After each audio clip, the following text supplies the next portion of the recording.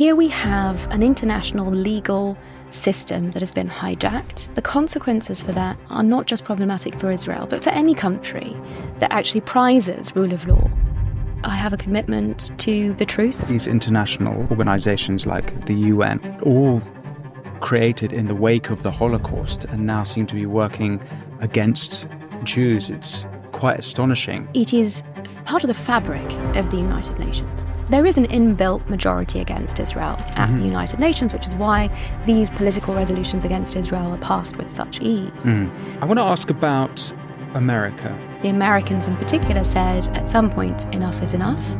A ceasefire of some form was instituted, which simply enabled Hamas to continue building up its terror infrastructure. So what do you think the real motivation was then? Follow the money. Peace is not going to come from a piece of paper or a handshake on the lawn of the White House and an American president saying, oh, see, I fixed it. Peace comes from building people-to-people cooperation. Do you have any ideas about what we can expect next? There's a much bigger battle here to be fought. Natasha Hausdorff, thank you so much for coming to speak with me. This is now the 1-year anniversary of October 7th. And over the last week or so, over the last month, certainly the last few days, dramatic changes in Israel. Of course, 200 ballistic missiles sent by Iran. We had the terror attack. This is October 1st in Jaffa, where at least 7 Israelis were killed, perhaps more. Last month, we had the pager attack. We had the elimination of Hassan Nasrallah. We had the elimination in July of Ismail Haniyeh. Sinwar is now head of Hamas. There's been dramatic changes in Israel, and great to speak with you. You're unbelievably qualified. I mean, you've shot to fame with the fantastic dragon slaying of Mehdi Hassan at the Monk debates in Canada, which I'm keen to ask you about. I saw you last week at the Beacon Theatre in New York speaking alongside Douglas Murray, but as well as law degrees from Oxford and Tel Aviv universities, you were a fellow in the National Security Law Program at Columbia Law School in New York. You previously worked at the American law firm Skadden Arps in London and Brussels and clerked for the President of Israeli Supreme Court Chief Justice Miriam Naor. And I also understand you worked with Douglas Murray at the Center for Social Cohesion. You're probably the most qualified person I've ever interviewed. Thank you so much for taking the time to speak with me today. It really is my pleasure. Thank you. And I'm looking forward to really drilling down into a lot of these issues that, unfortunately, there doesn't seem to be scope to get into properly in other contexts. So yeah. It's great. Well, seeing as it's the 1st-year anniversary of October 7th, I wonder if you might recall where you were on October 7th and how that news affected you personally. Well, I woke up pretty early to reports of incredible airstrikes, and I knew immediately that Israel was at war, and followed, I remember that morning in particular, followed the developments. So much of what we were seeing on social media was coming live from Hamas footage, everything that they were recording on GoPros and transmitting around the world. There were no attempts by them to hide the atrocities that they were engaging in. And in this age, especially of social media and of WhatsApp, so much of the news breaking was occurring in those silos rather than on national or international broadcast media. So that was my initial experience. And I have to say that the interviews I started giving, trying to explain the context, give some information absolutely about the background to these atrocities by Hamas and other Palestinian terrorist organizations, but also explain the legal implications of Israel's inevitable response. And I remember the first interview I gave on Sky News, I did provide a warning. I said, remember this time, because it won't be long until Israel is under fire, especially in the context of media coverage of this, and the finger will be very squarely turned on Israel.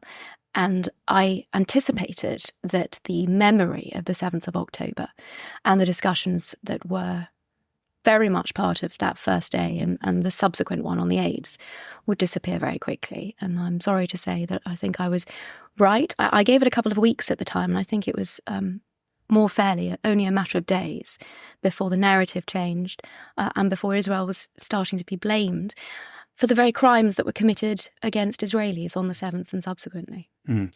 You were right, it was a matter of days. I remember being in London, and October 9th I went to the vigil in Whitehall, which was a wonderful experience with lots of Israel flags and Hebrew hymns. But taking the tube home that night, I was face to face with people returning from the Israel embassy in Kensington across London. They were wearing keffiyehs, and I saw on my phone they had been celebrating, setting off flares on their knees, praising Allah. And so it was very much days, certainly on the ground, before we saw celebrations here in London about the atrocity that happened. Well, even on the 7th of October itself, not far from where we're sitting here in Westminster on Edgware Road, they were handing out baklawa and singing and chanting, and I think there may even have been some small fireworks set off. So I do know people who happened to be in the vicinity at the time and saw that unfolding. And when you think that was what was happening on the streets of London, since then, of course, we've seen calls for intifada, calls for genocide against the Jews, and many joining those calls without a proper understanding of what it is that they were lending their voices to. You know, calls for intifada are not just against Israel, but everything that we here in London experienced with the 7/7 bombings, in Manchester with the Manchester Arena attacks, on the London Bridge attacks. All of that is very much the same terror that Israel has been facing, not just, of course, over the last 12 months, but for many decades now. And that disconnect between the reality and the narrative is extremely troubling and only seems to be gathering further steam. Well, let's come back to Britain and what's going on here. But let's maybe first look at the latest developments in Israel and what they mean. As I said earlier, Iran have sent 200 ballistic missiles, and we're awaiting, I guess, an Israeli response to that. I also mentioned the Jaffa terror attack, but tremendous gains in Lebanon now. But on targeted small missions that we understand the IDF has said, well, that there were a substantial number of casualties as a result of one of them. 8 soldiers lost yesterday morning. We're recording this, of course, on the Jewish New Year, Rosh Hashanah, in anticipation of the memorial of the 7th of October next week. But those, I mean, it's been talked about in the context of an invasion by Israel of Lebanon. I think it's very important to understand that actually over a number of months now, there have been targeted raids into southern Lebanon, specifically to deal with the tunnel infrastructure that Hezbollah has built, and also rocket launch sites, because while Hezbollah has been using the south of Lebanon to fire onto Israeli civilian communities in the north for the last 12 months, Israel has been trying to take out a number of those on those, targeted precision internal missions. Yeah, what Hezbollah have been doing to northern Israel seems to be largely ignored, certainly by mainstream media, as in very important context for what's going on. But it's been incredibly successful, it seems. The high command of Hezbollah has been completely wiped out. Yeah. The targeted pager attack from mid-September was also unbelievably effective, I'd say, although there were... We don't know who's responsible for that, but yes, unbelievably effective. Israel have not taken responsibility for that? No. Which, I mean... The general consensus is, they would be the ones capable. But of course, Hezbollah has many enemies in the Western world also. The remarkable thing about the pager attack is how targeted it was and the groundwork that went into it. So the explanation that we have had is that Hezbollah switched to pagers, which is quite an old technology. Sure, I never used a pager because it was concerned about Israel monitoring their smartphone network. So every important Hezbollah operative was issued with one of these pagers. Those are the pagers that exploded, not just killing a number of very high-profile Hezbollah operatives, but also wounding, incapacitating. We understand some 3,000. So you're absolutely right that whoever is responsible for that operation successfully not only took out a great percentage of the Hezbollah leadership, but also entirely disrupted their ability to communicate.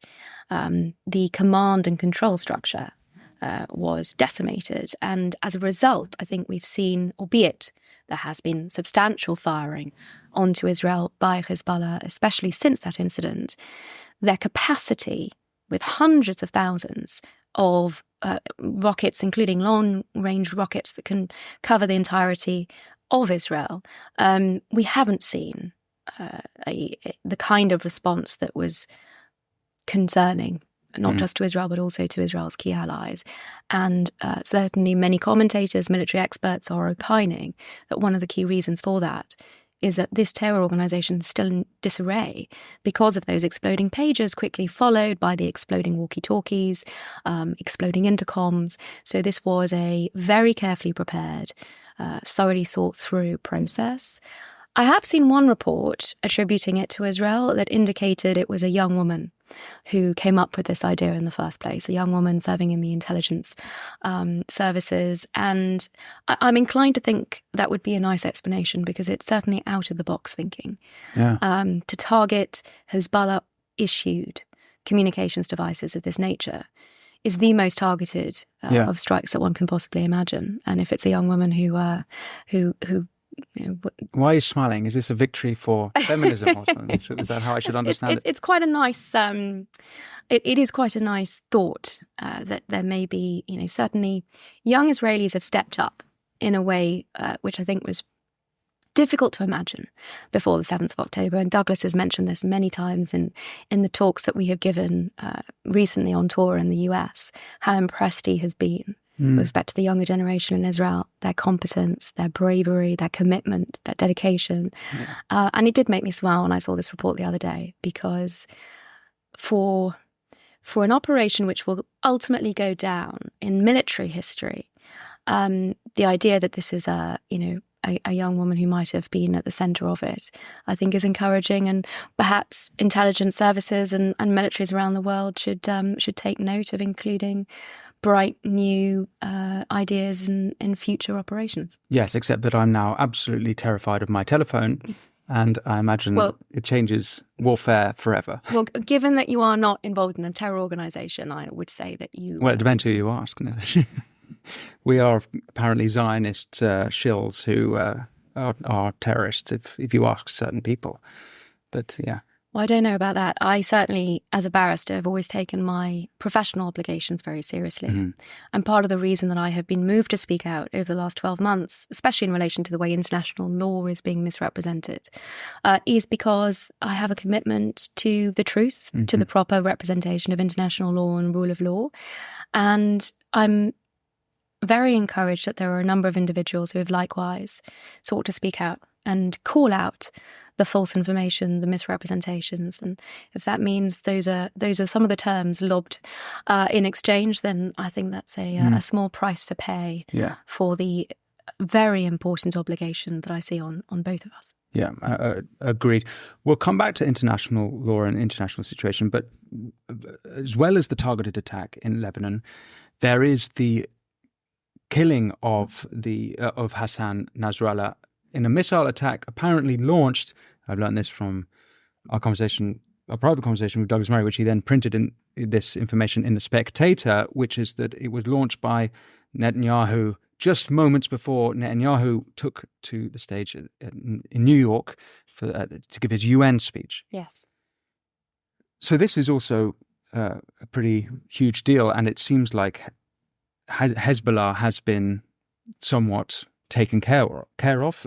How much more do we need to be concerned about Hezbollah now? Well, it's important to remember that their forces, the Radwan forces, are still extremely powerful, albeit the communications networks have been disrupted. They still exist. And their intention, their genocidal intention against Israel is clear. Hassan Nasrallah himself made that clear in multiple speeches. But these recent incursions into Lebanon that we have discussed were the result of an imminent fear that a very similar plan for the 7th of October was about to be executed in the north. So one thing that I've certainly learned from my visits to Israel in the last 12 months, and in particular engagement with experts in the north of the country, is that the plan that was executed on the 7th of October wasn't expected in the south at all. It was actually expected in the north because Hezbollah special forces had been advertising their intention to infiltrate, to attack the communities in the north of Israel in exactly the same way that Hamas ultimately executed along with other Palestinian terrorist organizations and by all accounts, ordinary supposed civilians crossing the border and joining in. That attack was always expected from the north. Did that influence the IDF? Were they then in the north rather than the south? Does that sort of explain some of why they were not in the Gaza envelope on October 7th? It's said to explain part of why the initial warnings, especially from young women monitoring the border, saying that the activity that they were seeing along the border immediately before the 7th of October atrocities were carried out, those warnings weren't taken seriously. The expectation was that the major threat would be from Hezbollah in exactly the same way. But there are a whole range of factors that contributed to Israel's complacency, perhaps that's the word to use, on the southern border, not least that for many years, Israel had engaged in very quiet negotiations with Hamas and anticipated as a result that Hamas would be more invested in building up the local civilian population and building up its own financial resources and ultimately improving lives of Palestinians in the Gaza Strip. Sorry, go on. No, arguably there's a naivety that may have attached to that. And ultimately there will be inquiries in Israel as to how this went so badly wrong. But that complacency, in some respects, was born out of those ongoing negotiations. In some respects, it was born out, I believe, of international pressure on Israel to engage in security concessions, to believe that Hamas might be reasoned with. And clearly, not just the Israeli government, but also the vast majority of the Israeli public has been disabused of those notions by the last 12 months. So the idea that, and I guess you mean Netanyahu specifically was in negotiations with Hamas, but that it was continued by successive governments. So right. It's not just one individual. It was a matter of Israeli policy. But that policy has inspired a lot of the anti-Semitic crap that I've seen online, suggesting that Netanyahu deliberately wanted October 7th to happen. Do you think I've right in understanding that? Have you seen that? I have. I mean, these are conspiracy theories, as you say, born out of anti-Semitism. So what do you think the real motivation was then, if not that? The real motivation behind the Israeli government negotiating with Hamas? Seeking quiet. Because since Hamas's violent takeover of the Gaza Strip in 2007, Israel stuck between a rock and a hard place. It never wanted to have to go back into Gaza. Let's not forget that it withdrew. Every Israeli citizen, every Jew was ethnically cleansed from Gaza in 2005 in pursuit of peace, ultimately. Right? It was a withdrawal to say, let's see what the Americans, what the international community can seek to build. The Israelis left behind greenhouses, left behind an industry, which was destroyed. And instead of building the Singapore of the Middle East, as many had hoped, Hamas turned Gaza into a terror base, an Iranian outpost that threatened Israel continually. It was in 2008 that the first war occurred with Gaza, and the rocket fire began very soon after Hamas's violent takeover. Now, you don't retake the whole of Gaza for a couple of rockets, even though that is precisely what Ariel Sharon promised when the withdrawal took place. There are rockets, we'll be back. That didn't happen. And it took subsequent wars where Israel on each occasion sought to degrade Hamas's capability to terrorize Israeli civilians in the south of Israel, in the kibbutzim and moshavim around the Gaza border. But on each of those occasions, it wasn't permitted to win. On each of those occasions, the Americans in particular said, at some point, enough is enough. a ceasefire of some form was instituted, which simply enabled Hamas to continue building up its terror infrastructure. And it's not just that. It's everything that has supported that terror infrastructure for the last 20 years. The indoctrination that kindergarten children are subject to until they, from kindergarten up, to believe that the highest calling in life is to become a martyr, to believe that the only way that they can really make their parents proud is by killing as many Jews as possible. And we've seen that on some of the footage coming out of the 7th of October. A young Palestinian calling his parents from the phone of a Jewish woman he had murdered, telling his parents how proud they should be of him, of how many Jews he had killed with his own hands, and you hear the parents' reactions on the phone. That is as a result of decades of indoctrination that has been facilitated by the international community. And let's be perfectly clear about this. The UK government has reinstituted its funding of UNRWA. UNRWA is at the cause of everything we have seen, not just for the last 12 months, everything we have seen for decades. It was established in order to perpetuate the conflict amongst Palestinians, and one of the key means that it does this is through the education system. 3/4 of the terrorists that crossed the border on the 7th of October were educated in UN-run schools under the UNRWA system. Can you just explain one thing there? Because this is your history I don't know. You say it's established specifically to perpetuate the hostilities between Palestinians and Israelis. The reason I say that is because it instituted a unique refugee status for Palestinians, which is passed down generation to generation, doesn't exist anywhere else. Anywhere else where refugees come and they are absorbed into a country, for example, the 850,000 refugees, Jewish refugees that fled the Arab world and came into Israel, became Israeli citizens. Not so with the Palestinians when they were kept as refugees in camps in Lebanon, in Syria, in Egypt, in Jordan. The UNRWA system that was set up to perpetuate that refugee status. What year was it set up? 1950. There's a great book by Einat Wilf and Adi Schwartz called The War of Return that goes into detail, a lot of the motivation behind setting it up, and then UNRWA's track record. So a big part of it is setting up this perpetual refugee status, which is explained on the basis that once Israel is eradicated, the successive generations of refugees will be moved into Haifa and Jaffa and Herzliya, will be moved into Israeli cities once the Jews are pushed into the sea. That was the rhetoric in the 1950s. And that rhetoric has not changed in the UNRWA education system. That is, unfortunately, the central factor in what gave rise to to what happened 12 months ago on the 7th of October. But it's also the fact that many of those who crossed the border, those young individuals who engaged in these atrocities, had never seen a Jew since 2005. There haven't been any in Gaza. The first Jews that they encountered were those that they raped and mutilated and tortured and burnt, slaughtered.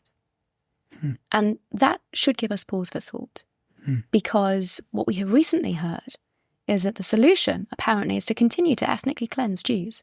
The General Assembly resolution that was passed the week before last called for the ethnic cleansing of Jews from Jerusalem and from the West Bank.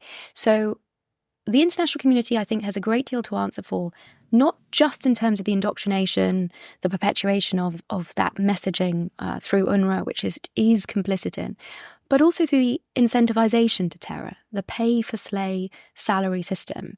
And this is run by the so-called moderates in the West Bank, the Palestinian Autonomy, but they pay the salaries of terrorists no matter what banner they coalesce under.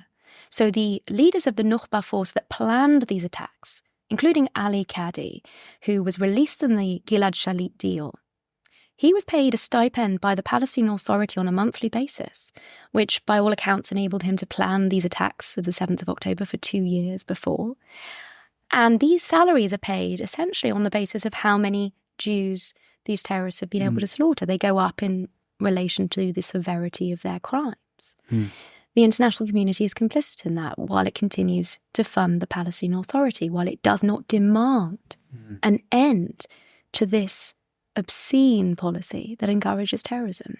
So if we think about indoctrination to terror and incentivization to terror and step back and look at the international community's complicity in this, I think there are a number of things that we need to be honest about, recognise as significantly contributing factors to the 7th of October, if there's going to be any hope of properly understanding the situation and seeking to ensure it doesn't reoccur. There's a terrible paradox or irony that when you speak about these international organizations like the UN, ICC, ICJ, that all created in the wake of the Holocaust and now seem to be working against Jews. It's quite astonishing. And not only that, we were talking earlier about Lebanon. To hear Emmanuel Macron, the French president, basically coming out against Israel, it seems so bizarre, whilst at the same time people are celebrating Nasrallah's death in Syria because Hezbollah sided with Assad. But sorry, maybe that's a... Well, in Lebanon too, I think that's a hugely important point, because what Macron and others were doing wasn't just betraying Israel, it was also betraying the Lebanese people. Hezbollah has taken over that country.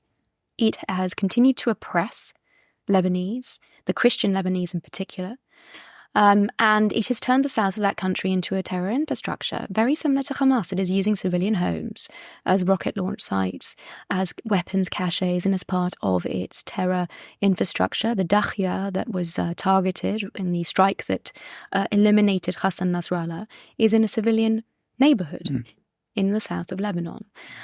So when you hear international leaders making, I think, incredibly misguided comments like that, one really fears, I think, for the ordinary Lebanese civilians who need to be supported, just like the civilians in Iran who are subject to the Islamic regime there. There is so much that is not discussed. The desire for those people, ordinary civilians living in the Middle East, who have been oppressed by these Islamist terrorist networks, they are the ones that really need support. And at the moment, it only seems to be Israel that is acting in their interests in the Middle East. And by all accounts, we've heard that a great deal of the intelligence coups that Israel has been able to achieve has been as the result of cooperation, coordination by Iranians and Lebanese on the ground that want to rid themselves of these terrorist overlords. I know there's also hope I see in other nations like the Emiratis, but perhaps we'll try and maybe end this conversation in a hopeful way, and we'll come back to that. But before we move, let's just continue with the international situation and or rather international law and these multinational organizations. How do you explain that they have turned on Israel? Why is that? Like you mentioned, the General Assembly, they use very much anti-Israel language, occupied force, and if you read, they're going along with the International Court of Justice ruling from earlier this year.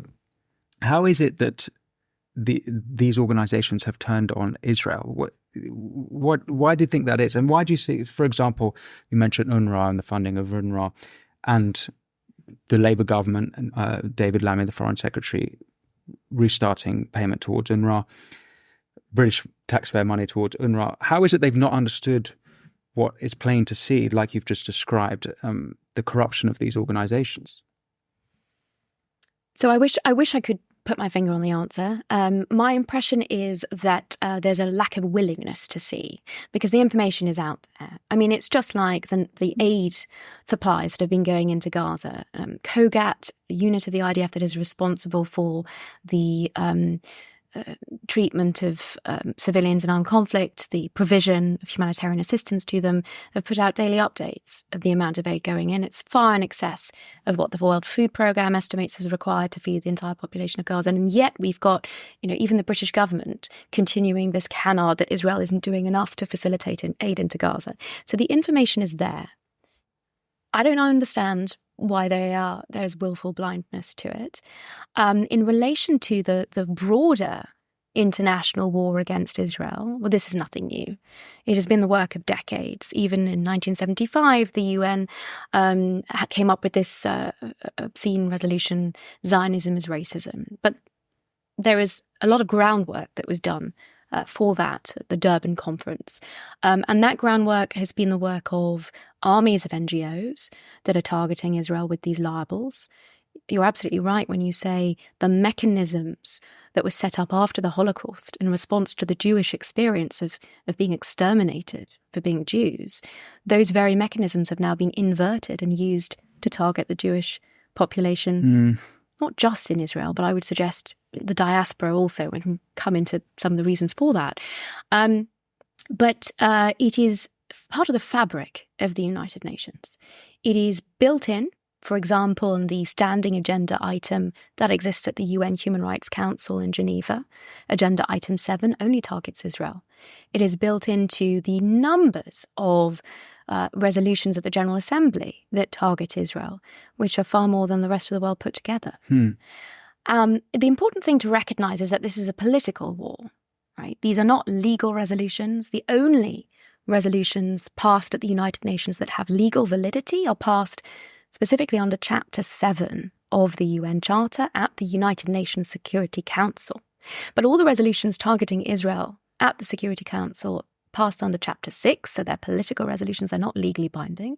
And then, sorry, what is the difference between Chapter 7 and Chapter 6? Chapter 7 resolutions are the strongest legal tool in the UN legislative box. They have to explicitly state that they are made under Chapter 7 because often they mandate member states to take on particular action, either sanctions or sometimes military action. So, for example, the UN Security Council ordering Iraq to get out of Kuwait. That was a Chapter 7 resolution, and there followed the mandate to take military action thereafter. Just after September 11th, there was a UN Security Council resolution mandating that member states take action against terror financing. They create legally binding obligations on member states of the UN. It's very difficult to pass a resolution like that that has legal teeth. You know how the UN works, and having to get, especially the permanent five, those that have a veto at the United Nations to sign on to a resolution is not straightforward. So it perhaps doesn't surprise us that there aren't many resolutions that are passed that actually are legally binding. And in relation to Israel, there are none. But people often reflect on the political resolutions and say, oh, well, the UN says, as though that has some sort of force in international law. I think a big part of the reason that this war against Israel in the international pseudo-legal arena, and specifically the international political arena, is being so successful is often because of the misrepresentations of international law that are being advanced by it. The mechanisms that are set up the United Nations. Let's not forget, this is not a democratic institution. You know, one dictator has the whole voters, the whole of Germany. And there is an inbuilt majority against Israel at the United Nations, which is why these political resolutions against Israel are passed with such ease. The questions as to the international legal institutions, I think, are harder to answer. Here we have an international legal system that has been hijacked. And I think that the consequences for that are not just problematic for Israel, but for any country that actually prizes rule of law and has a commitment to the international legal order. And we have seen this farce playing out at the International Court of Justice. It's another example of using the frameworks set up after the Holocaust to target Jews. South Africa's allegation of genocide against Israel, entirely baseless, an inversion of the factual reality, but it is very calculated. It is accusing the victims of genocide, not just the Jewish victims of genocide in the Holocaust, but the victims of acts of genocide on the 7th of October. It is accusing the victims of the very crimes that were committed against them. And that is calculated. And it is also part of this, PR exercise against Israel in the international legal arena. I remember just after the first provisional measures order was passed. This was on the 26th of January. Again, it was an order of the highest court at the UN, the International Court of Justice, which was completely misrepresented in the international press. The suggestion was that Israel had been found plausibly guilty of genocide, or that there was a plausible case of genocide. None of that was true. But it took the former president of the International Court of Justice, who drafted that order, to come out on BBC on Hard Talk to clarify all of these misrepresentations. And I was saying at the outset, just read the order, see what it says. What is being broadcast is not accurate. The court had ultimately only said that the case that South Africa brought plausibly fell under the Genocide Convention, that it was invoking plausible rights, so that there was a potential case that fell for legal consideration, given that both Israel and South Africa are parties to the Genocide Convention. That was the basis upon which South Africa advanced this allegation. I was on South Africa's version of the BBC just after this provisional measures order was passed, and my counterpart said, "Isn't it wonderful? Now we can finally use Israel and genocide in the same sentence and nobody can tell us otherwise." Now that to me was a clear indication, not just of South Africa's motivation here in making this obscene claim against Israel, but also in the fact that they'd been successful. That Overton window had shifted, right? Suddenly it was acceptable to talk about Israel and genocide in the same sentence. And it didn't matter what the International Court of Justice had actually said in that provisional measures order. It didn't matter that the merit stage of this is still far off, and by all accounts, South Africa doesn't have any evidence to present to substantiate its claim against Israel at the court. None of that matters because the international discourse has shifted. And we've seen very similar things at play at the other international court that is targeting Israel at the moment, the International Criminal Court. This is a court that also sits in The Hague in the Netherlands, but it is not a court that deals with states. It deals with individuals of criminal responsibility. And they've decided, or they've judged that Netanyahu is a war criminal. Not yet. They haven't yet. So it's again the reportage on this is completely disconnected from the realities. What we've had so far is the current prosecutor at the ICC, advancing arrest warrant applications for the Prime Minister Netanyahu and the Defence Minister Yoav Gallant, and he has doubled down on his efforts to get pretrial chamber 1 that is due to rule on whether to issue these arrest warrants. He's asked them to speed up. They have taken submissions, input from states and from international organisations and organisations such as UK Lawyers for Israel, which we've highlighted a number of difficulties with what's happening at the ICC. One of them, of course, is the fact that this court has no jurisdiction over Israel or over Israelis. Israel is not a signatory to the Rome Statute that set up this court. Neither is the United States. There are reasons for that. One of them is that it was clear at the drafting of the Rome Statute that this was going to be a political court that went after Israel. The manipulation of the wording of some of the crimes, it was intended to seek to criminalise Jews living in Judea and Samaria. That was clear at the time. Israel didn't join the court. So the court has no jurisdiction to be pursuing this investigation. The court certainly has no jurisdiction to be considering arrest warrants where there has been a complete failure to address the principle of complementarity at the court. Now, complementarity requires that the court won't engage, won't intervene, where a state that actually has criminal jurisdiction to pursue investigations and potential prosecutions is willing and able to do so. Israel's in the middle of a war still against Hamas and other Palestinian terrorist organizations in Gaza. The idea that the prosecutor has even facilitated the opportunity for Israel to consider the allegations that he is raising, let alone go through the processes. There's no one that will credibly suggest that Israel's legal system isn't robust, perhaps one of the most robust in the international community, and the adherence that they provide to international law, the respect that the Israeli legal system gives to international law is unprecedented. The UK doesn't operate like that. The US certainly doesn't operate like that. The notion that Israel cannot be trusted to conduct thorough investigations is simply not a credible one. And anyone that is advancing that position clearly hasn't spent time investigating the Israeli judicial system and processes and the Military Advocate General Corps, that is the legal department of the IDF, are already in the process of many disciplinary investigations. So complementarity clearly hasn't been considered here by the prosecutor, and that's another abject failure. We've raised, UK Lawyers for Israel, the issues on jurisdiction, the issues on complementarity, but we've also written to set out that the public summary of Prosecutor Khan's arrest warrant application is false. That every phrase of every sentence that he has included is incorrect. And that also triggers professional obligations of any member of the bar putting forward incorrect information to a court to substantiate a case.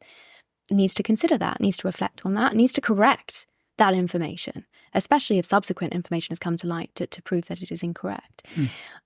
We haven't seen any of that. And so I step back and say, well, what's happened to the International Criminal Court, the court that so many had such hopes of, especially after the Holocaust, of providing accountability for international criminals, war criminals. The reputation that this court has had has suffered significantly. Its success rate is abysmal. It's mostly focused on African prosecutions and prosecuting African defendants. Has it ever been used for good? Is there any point in history where it did something that we might say, oh, that was worthwhile? I'd say that a number of the prosecutions that have been celebrated that have been successful were probably a net good, but they have been few and far between. And as a result, there was an investigation, a very comprehensive assessment as to the court's ability to use the obscene amount of money that had been given to pursue its founding principles. And it had been found wanting. And it strikes me that the manner in which these arrest warrants have been pursued against Israel's democratically elected leadership, including a press conference, including an interview with Christian Amanpour and this public summary of the arrest warrant applications, which is relatively unprecedented. Mostly these warrants are sought in secret so that the individuals subject to them aren't aware and that they might travel to a jurisdiction which might then execute that warrant. Not so here.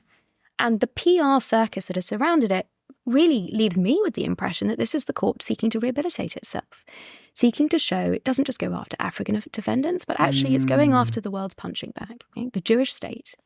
And no one's going to criticize it in those circumstances. I was going to ask, if it knows it's not its jurisdiction, then what exactly is it doing then? And that seems to sort of virtue signaling sort of... Well, the prosecutor has claimed that it does have jurisdiction, and there are various convoluted ways in which each Fatou Bensouda, the previous prosecutor, and now Karim Khan have sought to justify that. In both respects, I would respectfully suggest that they misapply international law, and the only explanation I can find is that it is politics that is leading this procedure, and then there is some relatively poor legal analysis put forward to seek to justify it. I mean, one of the examples that's quite a long, it's quite a big claim for me to make. So let me just give you a little bit of colour as to why I say that. One of the reasons that Fatou Bensouda in 2021, when she was seeking to open an investigation into Israel, despite this absence of jurisdiction, she addressed the principle of uti possidetis juris, which we can come on to in a little bit more detail maybe. What does that mean? And how uti possidetis juris is the rule that determines the borders of newly emerging states at their moment of independence. It's universally applied. It's a default rule. And the idea behind its development, which the International Court of Justice recognised in the Burkina Faso Mali case in the 1980s, the idea behind its development was to provide clean lines, to promote stability and certainty, and to prevent fratricidal struggles. And this rule applied in the 19th century when the Spanish withdrew from South America. The idea was to prevent a vacuum at the withdrawal of the colonial power, so to prevent a terra nullius arising. It was applied in Asia and in Africa. It was applied at the dissolution of the former communist federations and to every state that emerged from a mandate, which you and your listeners may know Israel did. But it was not the only one. The Kingdom of Iraq came out of the mandate for Mesopotamia. Lebanon came out of a French mandate. So from every state that emerged from a mandate, this is the rule that dictates what that new state's borders are. And the rule says that the new state takes on the pre-existing administrative lines of whatever unit preceded it. Now, in Israel's case, when the British withdrew from the British mandate in 1948 and David Ben-Gurion declared independence on the 14th of May, the only lines that were in play, the only lines that were relevant, were the pre-existing administrative lines of the British Mandate. Israel was the only state to emerge. According to this default rule of uti possidetis juris, Israel automatically takes on those pre-existing administrative lines as its internationally recognised borders. Now, I don't have any maps with me, but the British Mandate administrative line after the severance of Transjordan, which later became the Hashemite Kingdom of Jordan, the line ran all the way down the Jordan River to the Red Sea. And it includes East Jerusalem and the West Bank. This puts the lie to this canard of occupation, which you referenced a little earlier in our discussion. And it indicates that from the get-go in 1948, as a matter of default, universal, customary international law, that was Israeli sovereign territory. And what happened in 1948? There's a war of annihilation launched against Israel, and Jordan occupies the West Bank and East Jerusalem from Israel. It ethnically cleanses it of its Jews. So I've understood it differently, is that the United Nations split up the land then, and I had assumed that which were different lines to what you're describing, right? So that's incorrect. What you're referring to is the partition resolution of 1947. Yes. You're absolutely right that the UN put forward alternative lines. This was a political resolution, as I mentioned. I also thought that the Jews in the region had accepted the United Nations lines. So, one step at a time. Yeah. You're right that there were partition resolution lines put forward by the UN as part of this political resolution. We talked about General Assembly resolutions, not legally binding. It was a recommendation. It was a recommendation that was never implemented. Why? Because albeit that the Jewish community pre-state, called the Yishuv, albeit that the Yishuv accepted that proposal, the local Arab population, the surrounding Arab states never did. So it was never implemented. Unlike partition with India-Pakistan, which was implemented, that partition resolution was never put into practice. So what's the default? The default is uti possidetis juris, absent any agreement to the contrary. Many people say, well, the UN created Israel. Also incorrect. The UN doesn't create states. Any state is created by a declaration of independence. That is what the International Court of Justice refers to as the critical date. You take a photograph of the territory, a snapshot of the territory on the critical date to work out where those administrative lines are that become the borders. That's what the International Court of Justice talked about when it talked about the development of this rule, this default rule of uti possidetis juris. But the important thing also to recognise is that these are the lines that were referenced in every single agreement subsequently. So there was no alternative agreement which would replace the application of, or displace the application of uti possidetis juris. But the armistice agreements between Israel and Egypt and Israel and Jordan in 1949, they don't recognise any borders because Egypt and Jordan didn't recognise Israel in any borders at the time. They didn't recognise the legitimacy of Israel's presence there. But they reference back to the British Mandate boundaries because those were the only boundaries in play. The peace agreements between Egypt and Israel. So they recognised it as a British mandate without it being a British mandate. They talk about the British mandate boundaries as lines that they reference back to because they're actually demarcated. There was sometimes there were disagreements about where the markers were, but in terms of lines on a map, the administrative lines of the British mandate were those that the parties, the relevant parties, were able to reference back to. Mm-hmm. And so they are referenced in the armistice agreements. They're also referenced in the peace agreements. The latest one with Jordan, between Israel and Jordan in 1994. So these are the only lines in play. Now, Israel doesn't have to stake a claim to this territory. Israel doesn't even have to control that territory because it was immediately invaded in 1948 when it declared independence, and immediately Jordan seized some of the West Bank and then increased its hold on that territory. But international law doesn't work like that. It's not actually about facts on the ground. It's about what the default rules are and what the international community has recognised the rule or the principle being. So you cannot have a general rule and an exception for a country you don't like very much, or you have some political or ideological opposition to. That's not how any respectable legal system can operate. And as lawyers, we often look to alternative examples to understand how rules apply in other contexts. So one example that many people are now very familiar with is that of Ukraine. Ukraine's borders followed uti possidetis iuris. That is why there's a general consensus that Russia has occupied Crimea from Ukraine. But if Ukraine were to recover Crimea from Russia in the current war, in the same way that Israel recovered the West Bank from Jordan and East Jerusalem, from Jordan 1967, when Israel recovered that territory, I mean, would anyone claim that Ukraine was occupying Crimea from Russia if that occurred? Of course not. But here we've got the complete inverse.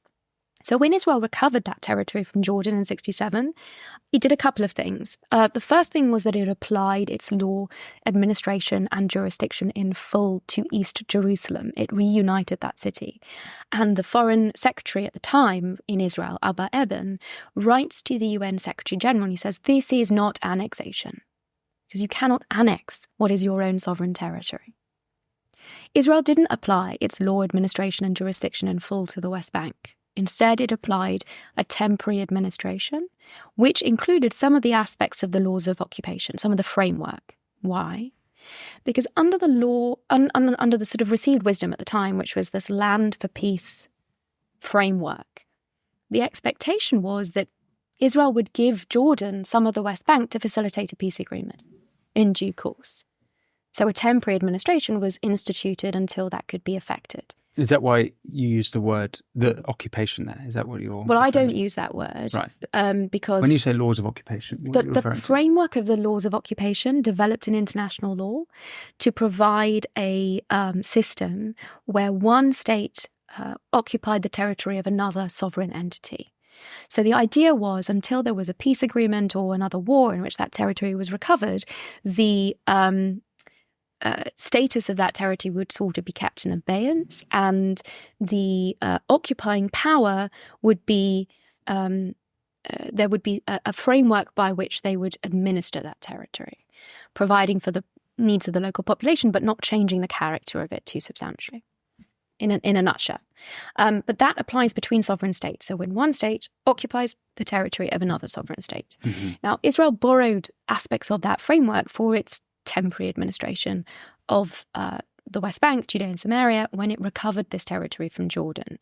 And that has certainly facilitated, and it's also a reason many Israelis use the term occupation, I think, misguidedly, because, and it's been applied now as a concept, in a political concept, but it is not a proper use of the term in international law, which applies in those specific contexts, but also that it applies. The better terminology I would suggest in the context of the West Bank is disputed territory. And that reflects what has happened after 1967. So when Israel recovered that territory, first we had the administrative framework, but then subsequently you've also got the Oslo Accords. Now the Oslo Accords didn't change the underlying status of that territory. Ultimately, it's still, according to uti possidetis iuris, those lines haven't been displaced. But what it did do is create the Palestinian Authority, and it created a Palestinian autonomy. And it divided the West Bank up into areas A, B, and C. And in area A and B, which is where the majority of Palestinian Arabs live, the Palestinian Authority has self-governance. They have self-determination. We've seen some of the consequences of that in terms of how, terror organizations have flourished even in the West Bank. But one of the things that's keeping that at bay is Israel's security cooperation with the Palestinian Authority. That stops Hamas taking over violently in the same way that they took over the Gaza Strip in 2007 and through their opposition Fatah members off the roofs of buildings. But that's a delicate situation, and at the moment Hamas has certainly been gaining a foothold in certain parts of the West Bank, and there are continual Israeli security operations there as a result of that. But albeit that this international agreement, which was endorsed by the international community and has subsequently now just been torn up by both Security Council resolutions, by General Assembly resolutions, by the International Court of Justice advisory opinion. Winston, you referred to it as a ruling earlier, and I didn't pick up on it. It's an opinion. It doesn't have any legal status, but many, many people are referring it to it as a ruling. We can come on to some of the implications of it. Sure. Absolutely. This international agreement, the Oslo Accords, has been thoroughly torn up now by the international community. I can't see there's any incentive on Israel to come to the negotiating table and sign an agreement in future if they're not worth the paper they're written on. So the message that has been sent to Israel is an extremely troubling one. But ultimately, these political developments haven't changed the status of the territory. And it puts the lie to occupation, which is critical. It also puts the lie to this canard of illegal settlements. Again, the received wisdom, right, is that Israel is building illegal settlements. Now, quite apart from the political implications of this or the practical repercussions, I don't believe that settlements were an impediment to peace. They certainly weren't an impediment to Israel's withdrawal from Gaza. They weren't an You don't think they're adversarial? So even my experience and in that region, in West Bank, is that for me, I find that the settlements, even as a Zionist, I find that a little bit provocative. I mean, there is a lot of land already within that Israel have that they can build on, but to build there in that region seems provocative to me. Do you think I'm wrong to feel? I mean, it's maybe a feeling more than it's rational. I do think it's wrong, but I'd love to explore it with you because I don't think you're alone in that. And I wonder to what extent this is predicated on the false representations that this is not Israeli land or this is land that has been taken away from someone else. There are... In terms of the temporary administration that Israel instituted, it recognized the existing legal frameworks for property law, which include a real mixture of Ottoman law, some aspects of what Jordan implemented during its own occupation, in terms of the custodian of enemy property, and what Israel has subsequently instituted in terms of planning regulations in accordance with the Oslo Accords. There were big misrepresentations, both factual and legal, about the issue of the settlements. I mean, if we step back and just look at it from a moral perspective for a moment, this notion that Jews shouldn't live in certain areas simply because they're Jews is utterly repugnant. So on that basis, someone's going to have to explain to me what is provocative about Jews living in Judea and Samaria, about Jewish communities being established there. Especially when I've, explained all of the misrepresentations about the status of the territory. But on a factual basis, there are organizations in the West Bank monitoring illegal building. Some of it's being funded by the EU. And it's in Area C, and it is often at the insistence of the Palestinian Authority also. In flagrant breach of the Oslo Accords. There is illegal building in the West Bank, and it is being done for political purposes, but it's the inverse. It's actually the Palestinians that are instituting it. So what are they doing? What's the illegal building that they're doing? Well, one example is that on an area that is not designated for building in terms of planning, zoning and planning, the first thing that will go up as a temporary structure, as a sort of porter cabin, is supposedly a school. In the middle of nowhere, not next to any community. But it's important that it's a school because of the optics of when that is removed. According to planning law, if you build illegally here in London, I know because it was part of my practice as a barrister, the council will come and the bulldozers will come. Right? That is what happens in a country where there is rule of law. But here, increasingly, the government isn't enforcing planning regulations because these are the optics of taking down a porter cabin with an EU plaque on it are extremely problematic. So that is the first land grab, if you will, that is set out, and then they'll bring generators and water because this isn't next to any particular community. It's set up as an outpost, as part of this kind of political process of establishing facts on the ground. So again, we're faced with the reality, which is actually the complete inverse of what is being put out in terms of international discourse. And I can completely understand why your initial gut reaction to what are called Israeli settlements, I mean, even the language on this is charged, would be negative. And that's because of all of the misinformation that's associated with it. If we think about the potential implications on a peaceful resolution, I mean, these are communities that are being built in Area C, of the Oslo Accords zoning, that was kept under full Israeli administration. And that's why the vast majority of Jews in the West Bank live, because they have been ethnically cleansed from the rest of it. There is a demand by the Palestinian Authority that there be no Jews. No Jews in the Palestinian Authority, no Jews in a Palestinian state, any future Palestinian state. It's extraordinary. Now, yesterday, we are told that the IDF eliminated in Gaza an individual called Aziz Salah. Aziz Salah became notorious because of an image that was at the centre of the Second Intifada. And it underpins why it is that the West Bank that is under Palestinian Authority control is free of Jews. In 2000, 2 Israeli reservists lost their way. They found themselves by mistake in Ramallah, and they went to the local police station looking for help, looking for assistance to get out of there. They didn't find assistance at the local police station. Instead, they were lynched. They were lynched, they were cut open, they were mutilated, their livers, by all reports, were eaten by their attackers. And Aziz Salah became so famous because he held up his hands covered in blood to the window, to the baying crowd below. And that image went around the world and became a defining image of the Second Intifada. It is remarkable that nearly 25 years later, he was, by all accounts, eliminated in Gaza yesterday. But that image was emblazoned on the minds of many Israelis, and it's one of the reasons that there are big red signs outside of Palestinian Authority-controlled areas in the West Bank warning any Israeli citizens from going in. It's unlawful because of the consequences that will befall them, that befell these 2 reservists in 2000.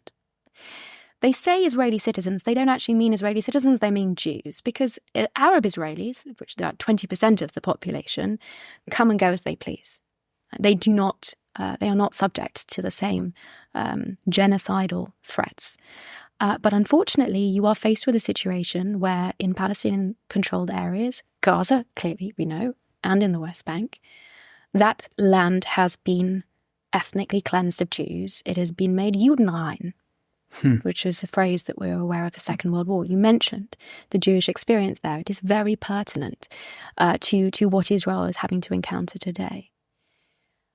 Having said all of that, if we were to just give for one moment the benefit of the doubt that, Israeli settlements pose some sort of, difficulty to establishing a peaceful solution, which I cannot accept, because there was no issue with withdrawal from the Gaza Strip, despite that there were Israeli settlements there. There were communities that were uprooted. No issue as in it was done? It was done, ultimately. So of course, there were issues internally. It could be done in the West Bank? On principle, the principle has been established. It was also what happened in the Sinai when Israel withdrew from the Sinai, and that went to Egypt. But there weren't Israelis living in Sinai, were there? There were communities that were evacuated in the same way. Right. Now, of course, the scale and the level of Jewish communities living in Judea and Samaria is far more significant, and also this being, part of the Jewish heartland. Do we know how many roughly are living there? I'm not going to hazard a guess, just in case I get it. Hundreds of thousands, though. Well, it depends. It depends which parts you're talking about. It depends. I'm sure that there are different estimates of them. Sure. There's a far more substantial presence there. But then there was a not insignificant presence of Jews living there before they were kicked out by the Jordanians. Kicked out, putting it mildly. Ethnically cleansed in 1948. So many of those original communities returned when Israel recovered that territory in 1967. But say for one moment we give the benefit of the doubt that this is a problem. Surely building settlements then would bring the Palestinian Authority to the table sooner rather than later. If there was an encroaching position here, if it was making peace harder.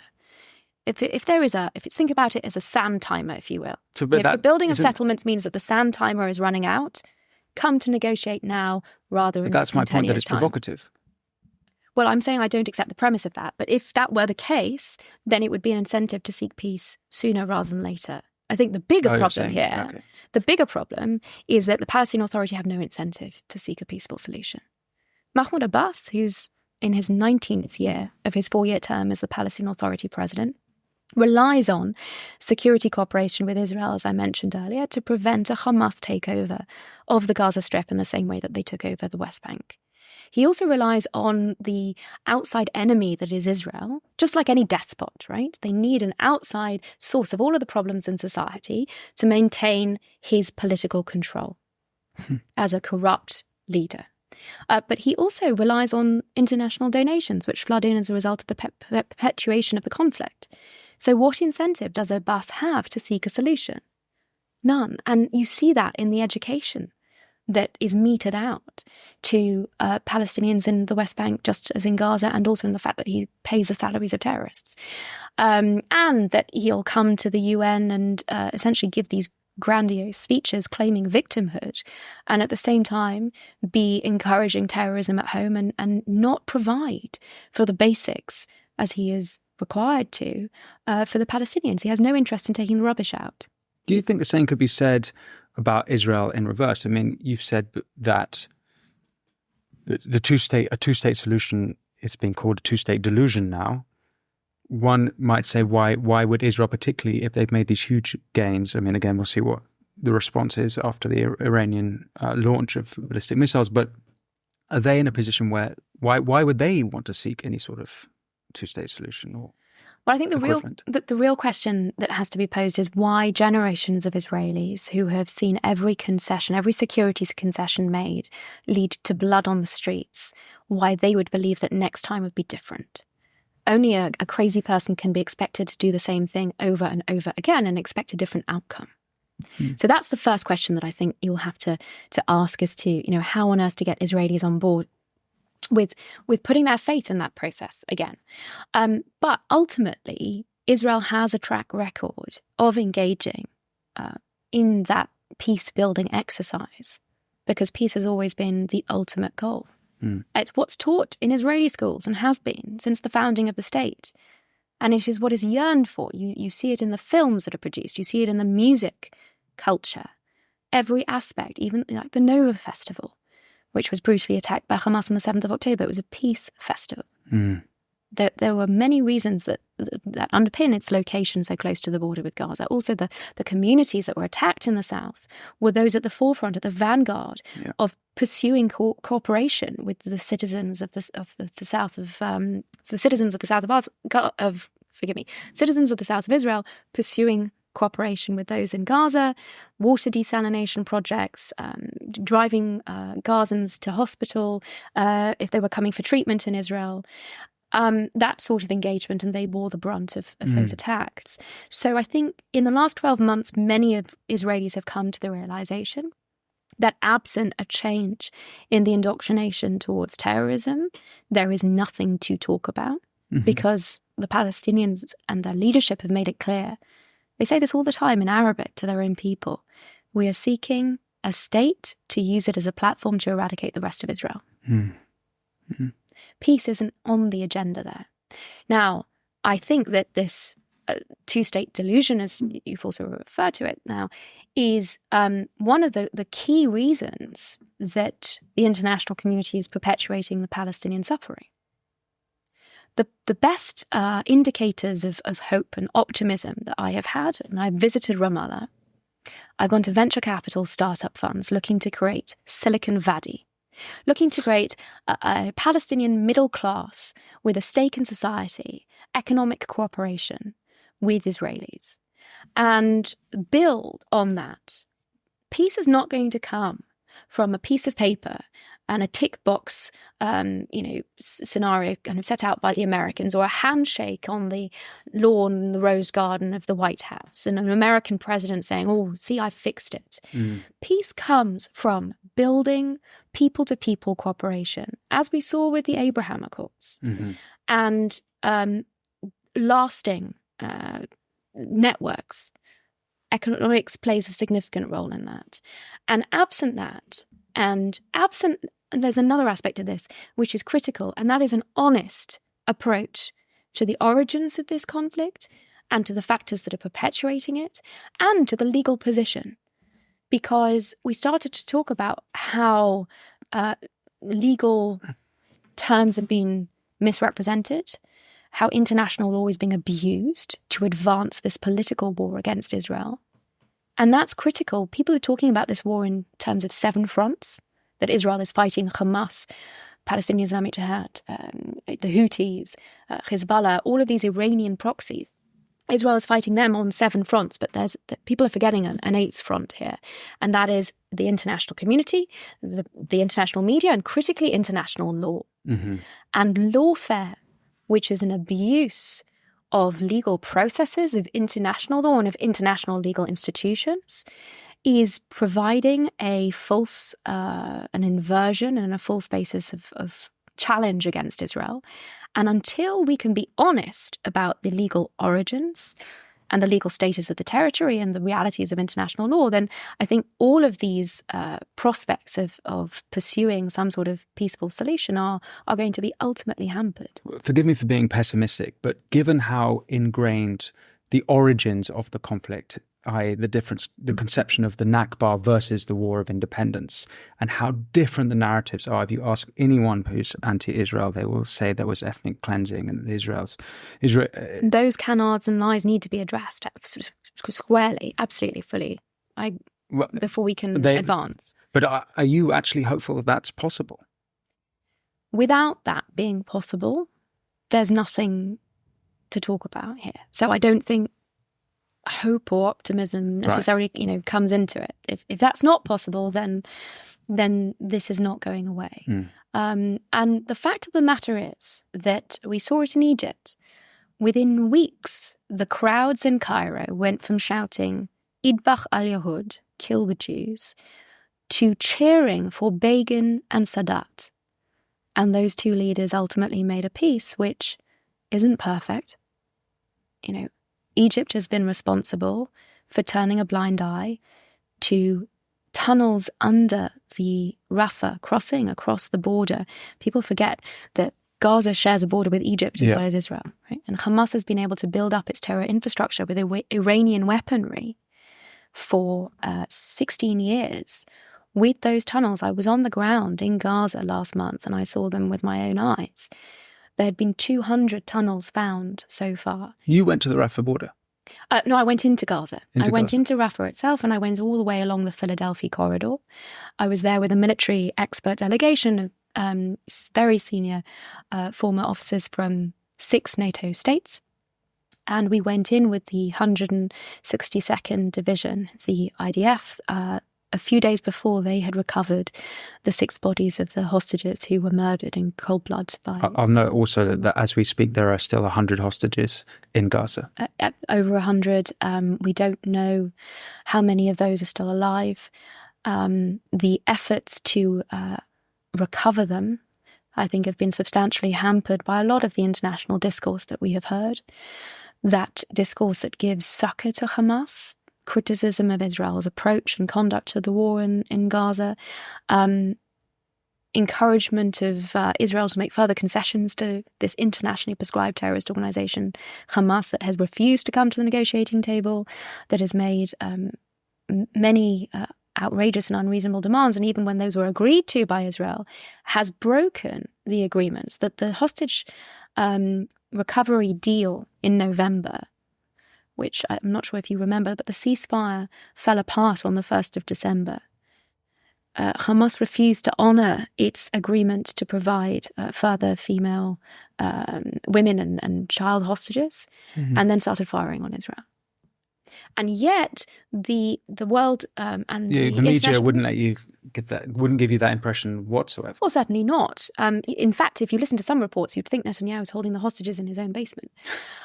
It's extraordinary. And the free pass that this internationally prescribed terrorist organisation has given in relation to these unspeakable crimes that is committed is extraordinary. But I digress. Well, I want to come back to media. Yes. We'll come back to that. Well, I was on the ground in Gaza and I saw those tunnels. I was in one which was bigger than this room, and there was soot on the walls because vehicles were going backwards and forwards right under an Egyptian army command post. right? The notion that the Egyptians here had no idea what was going on is simply not credible. But this all arose from an understanding or an explanation that despite the fact that it's not a perfect peace between Israel and Egypt, it has held. And one wouldn't have thought that that was possible if you listened to the Egyptian population shortly before that peace agreement was entered into. We've also seen the Abraham Accords come out of a transformation in the local population's attitude towards Israel in those respective countries. And the UAE in particular has done tremendous work on de-radicalization, on addressing textbooks and indoctrination against Jews. So I think it is possible, but it requires being honest about the fundamental contributions and causes of this ongoing conflict. It requires a complete change from the international community's perspective with respect to indoctrination and incentivization to terror. And it requires us to be honest about the false narratives, the Nakba included, the origins of Israel, Israel's approach to the Arab communities. You do not have a country that adheres to international law, in fact, goes way above the requirements of international law in armed conflict, as Israel does.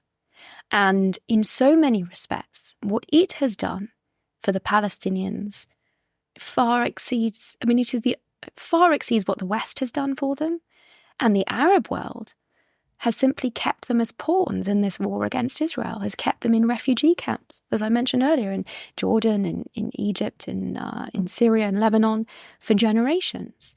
Those Arabs that stayed in 1948, which also puts the lie to this notion that there was ethnic cleansing, they are now 20% of the population, the only free Arabs in the Middle East. When I worked at the Supreme Court for the late Chief Justice Miriam Naor, I also worked under Salim Gibran, an Arab justice. And he put both a Jewish Israeli president, former prime minister, behind bars. The notion that there is inequality in Israel is, I think, put to, the lie is put to that, and it's clear that for anyone who actually visits Israel and sees the full part that Arabs take in Israeli society, that they will be clear about that. But you get international NGOs like Human Rights Watch advancing these canards of, apartheid by misrepresenting both what goes on inside Israel, but also what goes on across that region. So, for example, the Human Rights Watch report and also Amnesty International jumped on this bandwagon. They talked about the populations between the river and the sea. They completely ignored the Palestinian Authority, autonomy, the self-governance that they have, and they also ignored the rights that Israeli Arabs have as citizens of Israel. So all of that needs to be addressed, and that is no small task. The misrepresentations, the false information, and all of this false narrative, which I think ultimately has to be put down to anti-Semitism. There's no other way to explain the volume of misinformation which is accepted without challenge. We've seen that across, the recent reports that have come out now about the BBC's approach to the conflict and its blatant reporting of misinformation, including Hamas propaganda and casualty statistics, sometimes without even attributing them to the Hamas-controlled health authorities, without providing any context. That's the tip of the iceberg, but all of that ultimately has to be addressed, of course, if there's going to be any positive advance to a better and improved future. And that has to be the driving force and at the core, improving the lives of ordinary Palestinians and not allowing them to be held hostage by their leadership. So on the issue of media, as you say, we've seen consistently since the war began total misinformation being spread, particularly, I've been watching it on BBC of all places. It's particularly startling to see. But this week we heard Dr. Andreas Craig, who works at King's College in London, spent 4 years at Qatar, saying constantly red lines have been crossed mostly by the Israelis, which is an astonishing thing for the BBC to have on. It seems, keeping in mind the BBC have a fact-checking arm of BBC Verify. How is it? And you have been going onto mainstream media taking on these sorts of people throughout, to someone who hasn't been paying attention or hasn't got an idea of the mainstream media bias, how would you describe it? How would you describe what's gone on since October 7th within this, starting with British mainstream media? Well, firstly, at its essence, it's not new. The volume and the magnitude and the consistent barrage, if you will, of that misinformation is unprecedented because of what we've seen over the last 12 months. But it's not new. And already 10 years ago, I remember a series of essays by Matti Friedman, who worked for the Associated Press in Jerusalem and wrote about his experiences. He explained the editorial lines, the expectation that stories would be written which were not just critical of Israel, but also, sometimes they were entirely invented, and pursued an anti-Israel narrative because that's what sold newspapers. Ultimately, if it's Jews, it's news. If it bleeds, it leads. And everyone, when they arrived, very quickly caught on in the Jerusalem bureau that this was the only way that they were going to be able to advance their journalistic careers. That's one aspect of it. Another is that more recently we're seeing, the bookers of media interviews, if you will, that I have engaged with. They're extremely young. Many of them get their news, their history, their politics from TikTok. So one certainly feeds the other in terms of the misinformation and the false narratives that are being expounded. But we also have a culture that has emerged where, I'll give you this one example. If you remember the Al-Ahli hospital strike. Right at the beginning. 23rd of October. Yeah. So I was actually waiting on the line for the BBC at the time. They'd asked to interview me. And shortly before, a few minutes before the interview was due to start, I get a call from the deputy editor of the channel. Natasha, I'm so sorry, we're going to have to bump you in order to run with the rolling coverage. I'm sure you've been seeing it. There's, breaking news. I said, what are you talking about? Now more than ever, you need me because I'm watching your coverage and you're accusing Israel of an airstrike. I was watching reports already at that stage that this was the result of a Palestinian Islamic Jihad rocket that fell short. And I raised this with him and he said, I've not seen this on any of the wires. Well, I had. So that in and of itself begs the question. But I said, okay, we'll put that aside. Let's analyse what we know and what we don't know. We know, as a matter of course, that Israel does not target civilians or protected objects. Right? If it's hitting a hospital or a school or a mosque, it's because Hamas is using this as part of its terror infrastructure. It often provides warnings. We saw that with respect to the Al-Shifa hospital. It went in on a number of occasions. And here, nothing of that had been trailered. Right? But we know Israel doesn't just target hospitals. We know the proportionality exercises, the very careful legal analysis that goes into strikes. We know that Hamas and Palestinian Islamic Jihad keep weapons caches next to protected buildings like schools and hospitals, and we also know that their rockets frequently fall short in the Gaza Strip. In the last exchange with Palestinian Islamic Jihad a few years prior, the overall estimate was that a third of their rockets fell in the Gaza Strip. They were targeting Israeli civilian communities, but they fell short, and those rockets kill indiscriminately. There's no warning. There's no proportionality analysis. And when they fall, they're obviously, the civilians aren't in shelters because Hamas don't allow the civilians to be in shelters. They use them as human shields. And so those rockets that fall short kill indiscriminately, aid workers included. We know all of these things. And yet the BBC and others, but they were really leading the charge on this, was putting out this immediate knee-jerk reaction accusing Israel of having attacked that hospital. And the consequences of that around the Arab world were deadly. It encouraged rioting. It's certainly encouraging this false narrative. The response by the BBC, once it was proven not only that this was a Palestinian Islamic Jihad rocket, but also that it didn't hit the hospital. It was the car park. It was the car park. Yeah. And they showed a little crater in the car park thereafter. I mean, apart from anything else, the BBC have stringers in Gaza. They could have sent someone down the street to have a look at the hospital and see that it was still intact. Mm-hmm. None of this happened. What has happened to responsible journalism? The other aspect of this in terms of the casualty figures, that 500 killed in this supposed Israeli strike on a hospital that never occurred, that figure was never revised. For months afterwards, it was still being included in the casualty total, so completely invented. And it had also been touted by the BBC as part of their initial reporting coverage of this. So all of that is the background to the point that I was getting to, which is Jeremy Bowen's response when he was interviewed about these false reports. Did he regret it? And he said no. So that's what we're dealing with. And honestly, especially after the two reports, the Assassin report, which used artificial intelligence to identify at least 1,500 instances of breaches of the Charter, and the subsequent report where Danny Cohen... Which Charter? Oh, the BBC's Charter. Oh, okay. So it's supposed to act with due impartiality. It's supposed to report accurately. And then subsequently, the former head of BBC television, Danny Cohen, has authored a report. There was a very powerful foreword also included by Baroness Ruth Deitch, who's been responsible for BBC oversight in the past. None of this, I don't anticipate, is going to make much of a difference because the BBC seem impervious to this kind of criticism. And if at the end of this obscene sequence of events with respect to Al-Ahli, Jeremy Bowen can say, I don't regret our reporting on it, then I don't know what there is to discuss with respect to the BBC, I'm afraid. Wow. To your earlier point about TikTok, there's been analysis done of content on TikTok, and there has been deliberate shutting down of anything pro-Israel and keeping up of anti-Israel, pro-Palestine content. And that's having a huge influence on young people across the world in this country.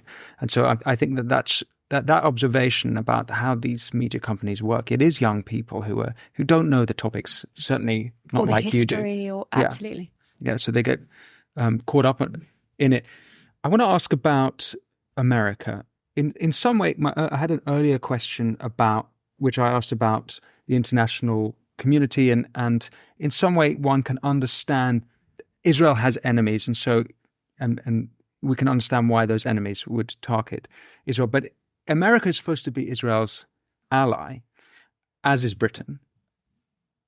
What is your take on the Biden administrations?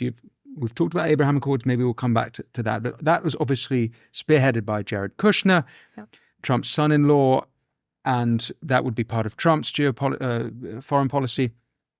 What is your take on the Biden-Kamala Harris? And I ask that because, of course, we've got a presidential election coming up, big implications. What's your take on Biden's policy and Blinken towards Israel throughout this war? I think it's been unbelievably damaging. It served to encourage not just Israel's enemies, but I reiterate that these are the enemies of Western civilization, Hamas, Iran. There is a reason that I think it was on the 15th of April, Iran struck Israel directly for the first time. It's used terror proxies for decades, but this was a direct strike by Iran against Israeli civilians. And it came on the back of weeks of very troubling rhetoric that we heard from the United States, including some sort of throwaway comment by President Biden, which was quite quickly his team sought to walk it back, but the damage was done, where he referenced Israeli strikes as indiscriminate. I mean, that's palpably incorrect. It's also at odds with the legal assessment that America has indicated it has conducted, that Israel is in compliance with international humanitarian law in Gaza. Israel strikes discriminate between civilians and combatants. They target Hamas and Palestinian Islamic Jihad and other terror infrastructure and terrorists, combatants. So we had that troubling rhetoric and also the mixed messaging. And we've seen that now in the last couple of days. Immediately after this subsequent strike that was conducted against Israel of, as you've said, ballistic missiles, America said there needs to be a severe response. There will be a severe response. And then suddenly, only today, the president was saying, okay, but that response is not going to include Iran's nuclear installations.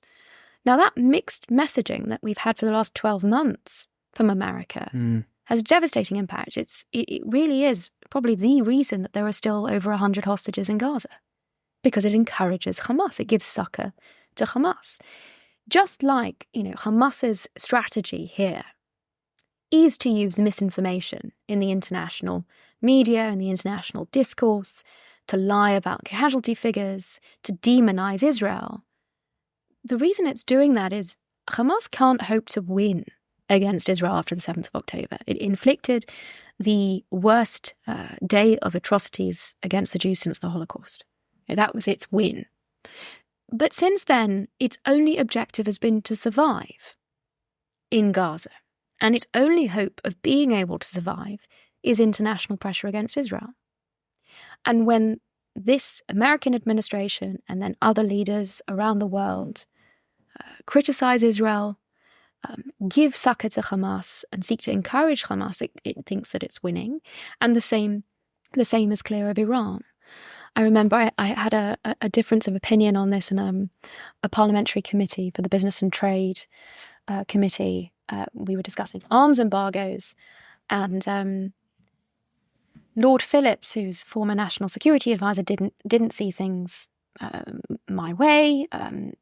Everything that we've seen subsequently, I would suggest, proves that I am right about this.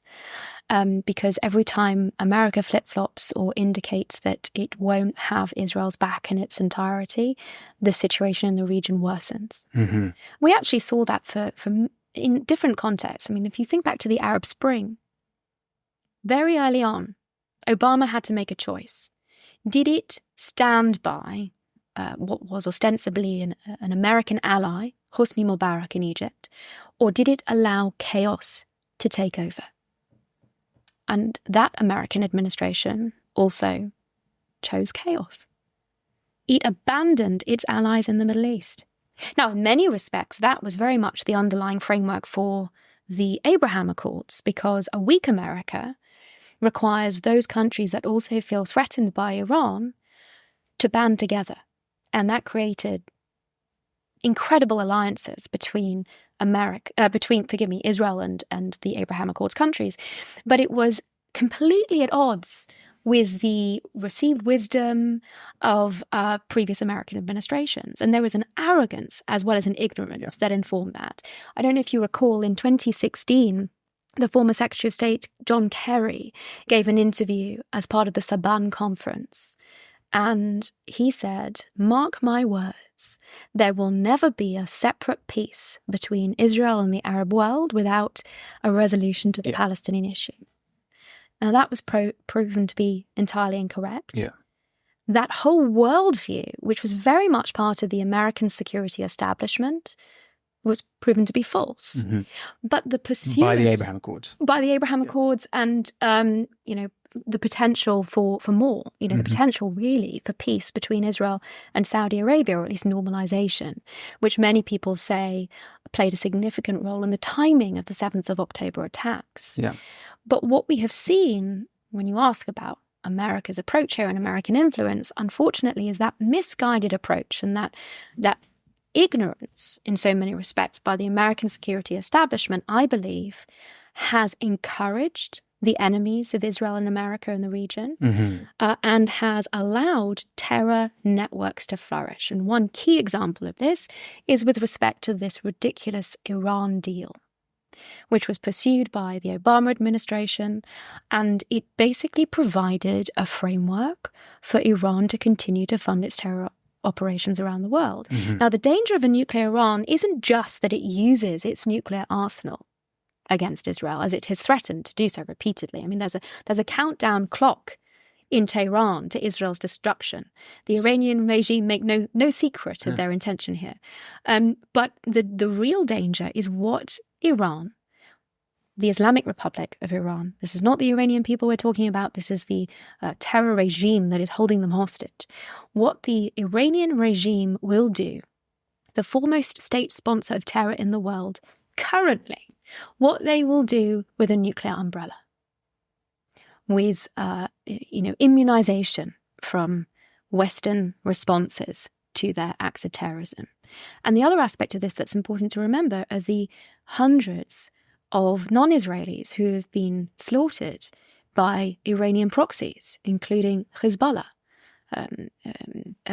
American Marines, French, the attack in Buenos Aires, those victims recently, or the families of victims recently marked the 30-year anniversary of the Amar bombings in Buenos Aires. All of Iran's attacks against Western civilization, not to mention the plots here in the UK that were foiled by security services, where Hezbollah operatives were stockpiling explosives to be used here on UK soil. This doesn't get the sort of coverage that it is really required. And I think all of it is undoubtedly being encouraged by America's, not every administration to be sure, but America's desire to appease as opposed to provide a strong deterrence. And deterrence in the Middle East is key. Well, but not specifically America, I would say. It's kind of Biden and the neocon tradition, because Trump's version of this is completely different. So the neocon tradition, though, is the complete opposite. It sees America, as far as, at least in terms of foreign policy, neoconservatism sees America as integral to defending international freedom and democratic values. Okay, let me rephrase that then. The Democrat perceived wisdom, and this is what happened under Obama, as you already articulated, and picked up again, ignoring what Trump did by Biden, Blinken, Harris, is that they have this conception that for security in the Middle East, you need to have the Sunnis and Shia, the axis of Qatar, Hamas, Hezbollah, and Iran balanced against the Saudis, the Emiratis, and the other Sunni nations. And that's how you have peace, by sort of equilibrium. When Trump comes along with the Abraham Accords, you have a completely... my learning and understanding of this came from Barak Ravid, the Israeli journalist, yes, who happens to hate Trump and not so fond of Bibi. His documentation of the Abraham Accords, it's rather astonishing if you want to get into the detail on this. I can't work out how the Biden administration, having seen what was achieved in the 4 years of Trump, wouldn't continue with that policy, but instead reverted back to the consistently failed approach of the previous, of Obama's administration.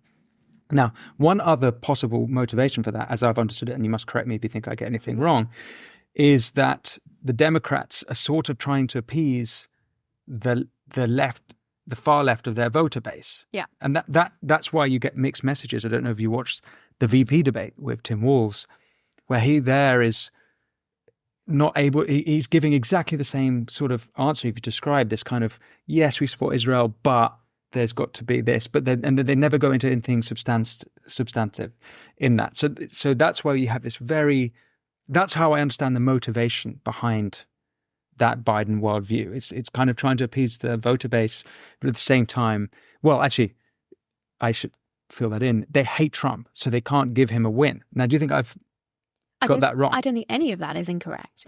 And what you say about the former President Trump, I mean, anyone else that would have brought together the Abraham Accords countries, even if it was his team that did the legwork, he was the president that signed it.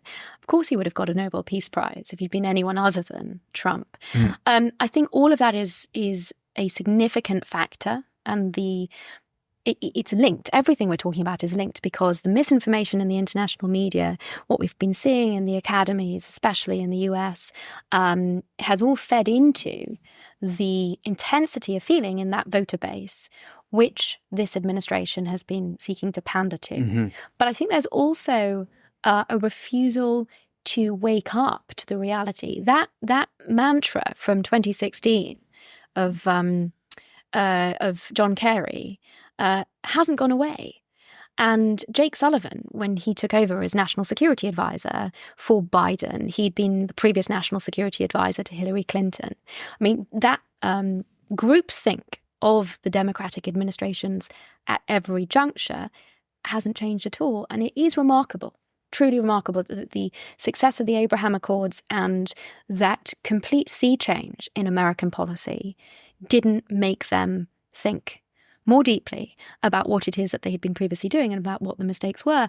And the reversion to the appeasement of Iran, in particular with the negotiations about the Iran deal, Take Two, that were being led by Robert Malley, who was then subsequently suspended for being an Iranian plant. I mean, there's another aspect of this which many people have been discussing, which is I didn't know that story, Robert Malley. Who is that? Well, he was the chief negotiator for the Iran deal from the American administration. And there were a number of other individuals who were under subsequent investigation for similar reasons.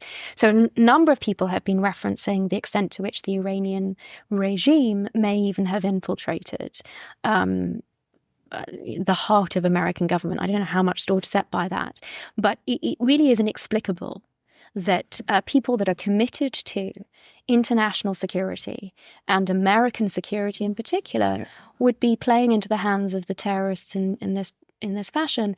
And more recently, in terms of the barrage of rockets that Israel and ballistic missiles that Israel has suffered from Iran, so many people have been calling out the American administration for releasing funds back to the Islamic regime in Iran, which it has been using to support not just its terror proxies, but also its own weapons arsenal.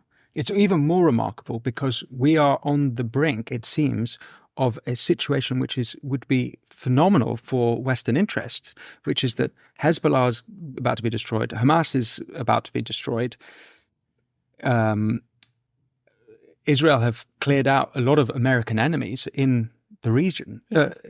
This should be perfect, time for the America to establish its credentials as a supporter of Western interests in the region.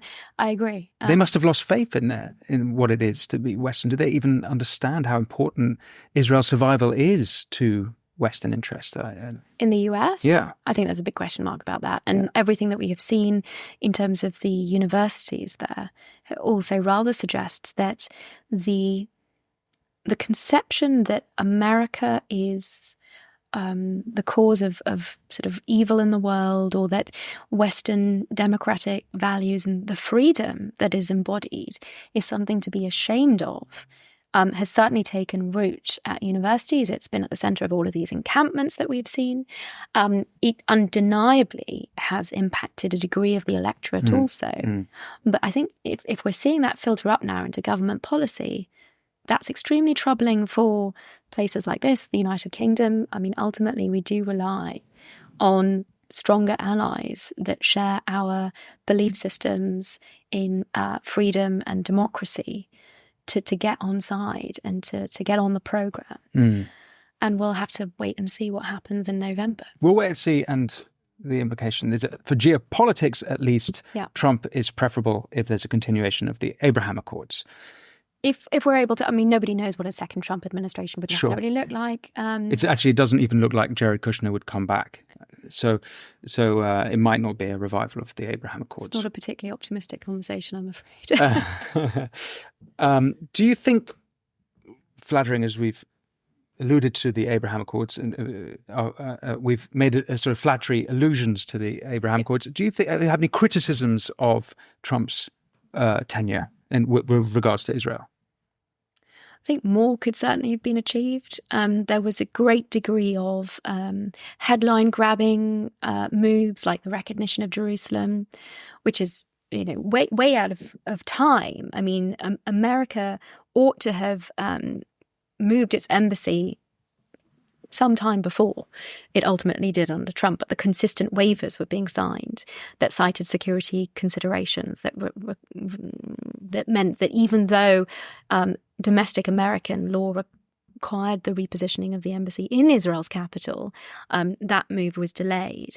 What I would have liked to see, really, in addition to the network building and alliance building between Israel and key strategic allies in the region, would have been a recognition of the real causes of this and a clamping down on indoctrination and incentivization to terror. And we didn't see that. Because he's quite a deal maker. For him, it's like, whatever happened, let's make a deal, right? That's his approach. So maybe that's kind of part and parcel of getting anything like the Abraham Accords, is that he's not going to really bother about how it started. Well, I'm sure that's a significant contributing factor, but ultimately, the real hard work here isn't sexy. It requires very difficult steps.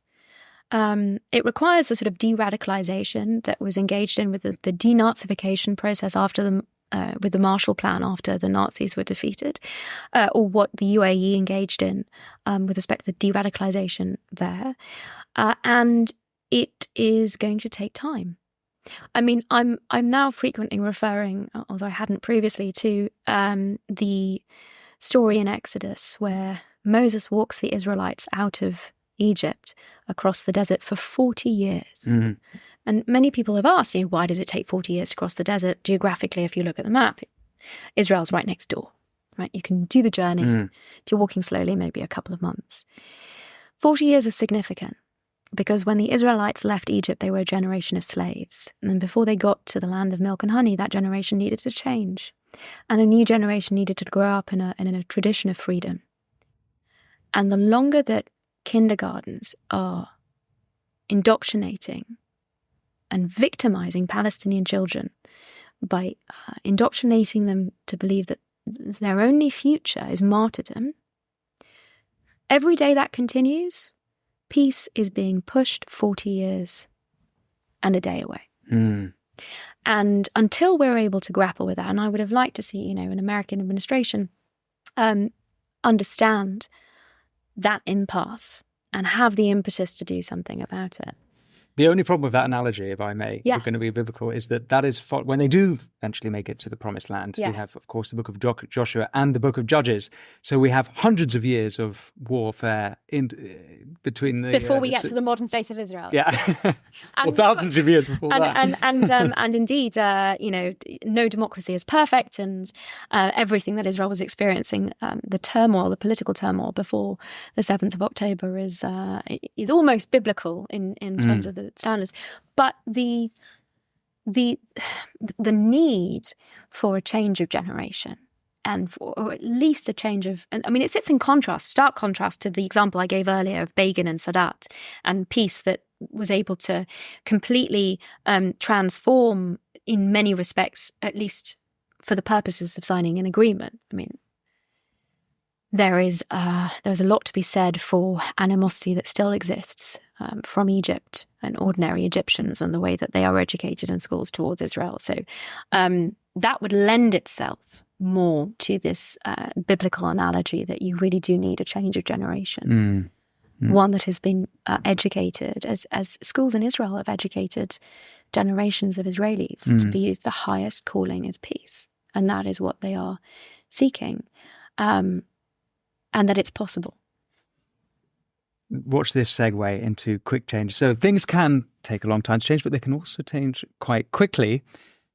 Netanyahu, before October 7th, there were thousands of people protesting him. Yeah. When I went to visit Israel in January this year, 2024, his approval rating was something like 15%. Now, coming up to the year anniversary, with these huge gains he's met, he has gone up massively in popularity. What is your take on Netanyahu? What do you think his legacy is going to be after this, I think, the longest war that Israel have had since its founding? How is it changed, and how should we understand Bibi? Well, I think the change in popularity, especially in light of the elimination of Hassan Nasrallah, which followed the elimination of Ismail Haniyeh, Mohammed Daif, the decimation of the majority of Hamas in Gaza. I mean, ultimately, everyone likes a winner, right? So especially after Nasrallah, especially after the context in which that happened. I mean, you explained it was the UN speech that was the opportunity that was used to take out Nasrallah. I mean, it's perhaps the first time that the UN has actually been useful for something, if it provided the kind of cover that enabled Israel to conduct this strike.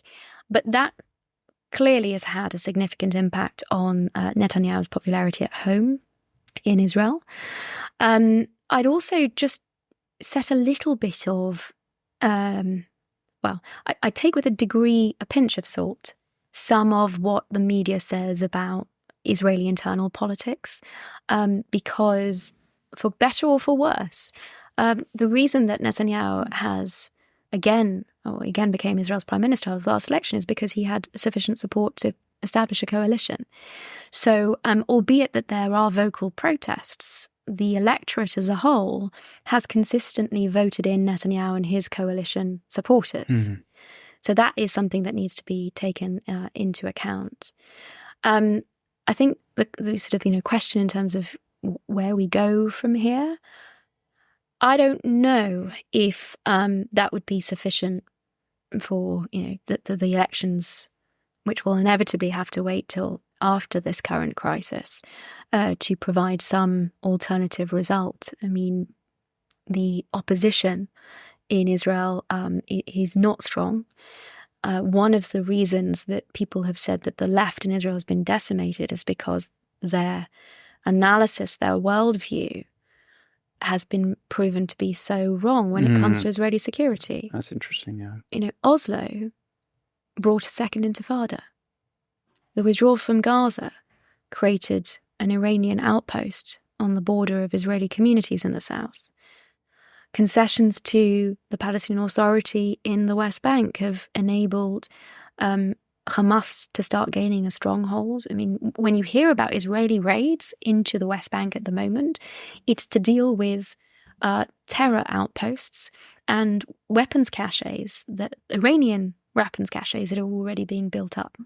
So, I mean, all of that, inevitably, security, because of Israel's position in the Middle East, because of the existential threats that it's under, security has always been at the forefront. But I think also something worth noting about Netanyahu is that in Israel, he's not actually seen as this warmonger that he seems to have a reputation of being outside of Israel. In fact, quite the opposite. He's in many respects seen as an appeaser.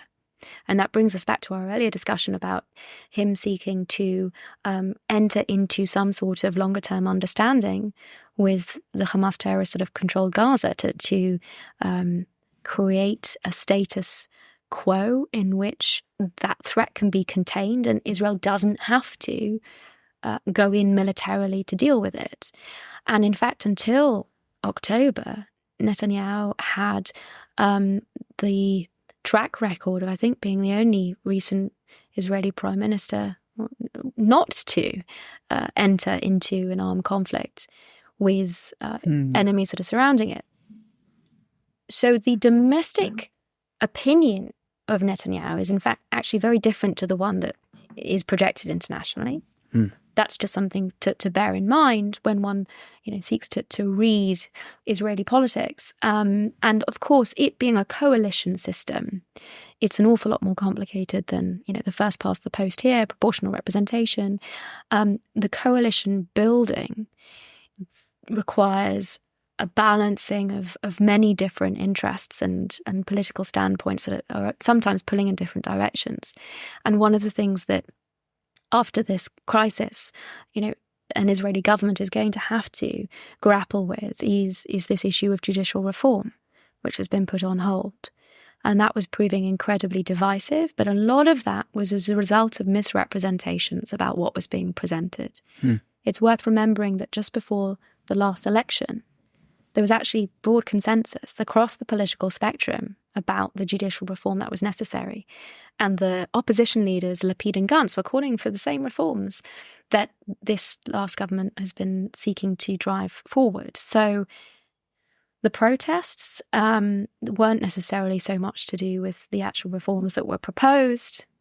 They were being misrepresented as, an attack on democracy, when in fact they were there to seek to institute democratic accountability and to provide a counterbalance to the court as a result of the judicial revolution, so-called, of Aaron Barak in the 1990s.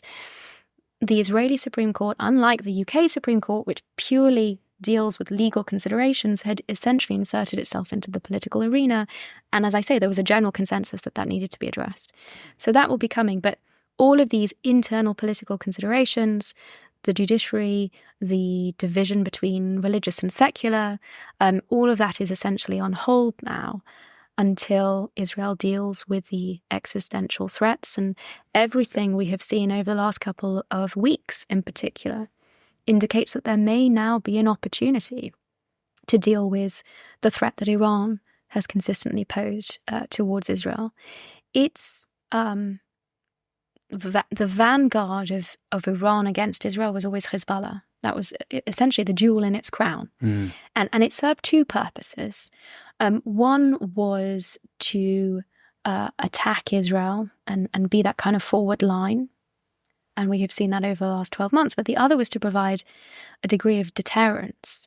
And that's what the stockpiles of hundreds of thousands of longer-range missiles were designed to achieve, a deterrence that would prevent Israel from taking out the threat that Iran presented in terms of the nuclear installations. That may now be gone with Hezbollah in disarray. That is a game changer. Yeah. And I think the focus of Israeli society and Israeli politics more generally is what is going to be done as a result of that game-changing scenario? And can the threat of Iran to Israel and the rest of the region be dealt with now once and for all? Do you have any ideas about what we can expect next? Well, I think the region is very much braced for Israel's response to that barrage of ballistic missiles. The Americans have also endorsed that this is going to have to be a significant one. There's certainly some talk about Israel targeting the Iranian nuclear facilities. The other, I think you mentioned right at the start, the other part of the discussion has been a focus on Iran's oil installations, because that is how the IGRC is making ends meet at the moment. And it actually is significant in that it's something that the regime relies upon, but the civilian community in Iran doesn't require. So that might be a possible target. Otherwise, what we saw in relation... Why doesn't the civilian... because this is to do with Iran's ability to export oil to generate funds. So these are regime installations. Likewise, anti-aircraft installations were a target after the April 15th barrage of ballistic missiles, drones, rockets that Iran fired on Israel. That was the response, and that was a very limited response, but it was a response that indicated that Israel is able to operate there, in Iran, in Syria, in Yemen, that it has the capability to do so. And that should have sent a very strong message to the Ayatollahs. Obviously, we've talked about the mixed messaging that has emanated from America. Clearly, it wasn't a strong enough message because of what we saw in the last couple of days. But the difference in America's approach, having told Israel to take the win in April, by which it meant rely on the fact that Israel's domestic weapons defense systems had proven miraculous. I mean, there was an international coalition. The Royal Air Force was included in that, in taking out some of the projectiles from Iran before they reached Israel.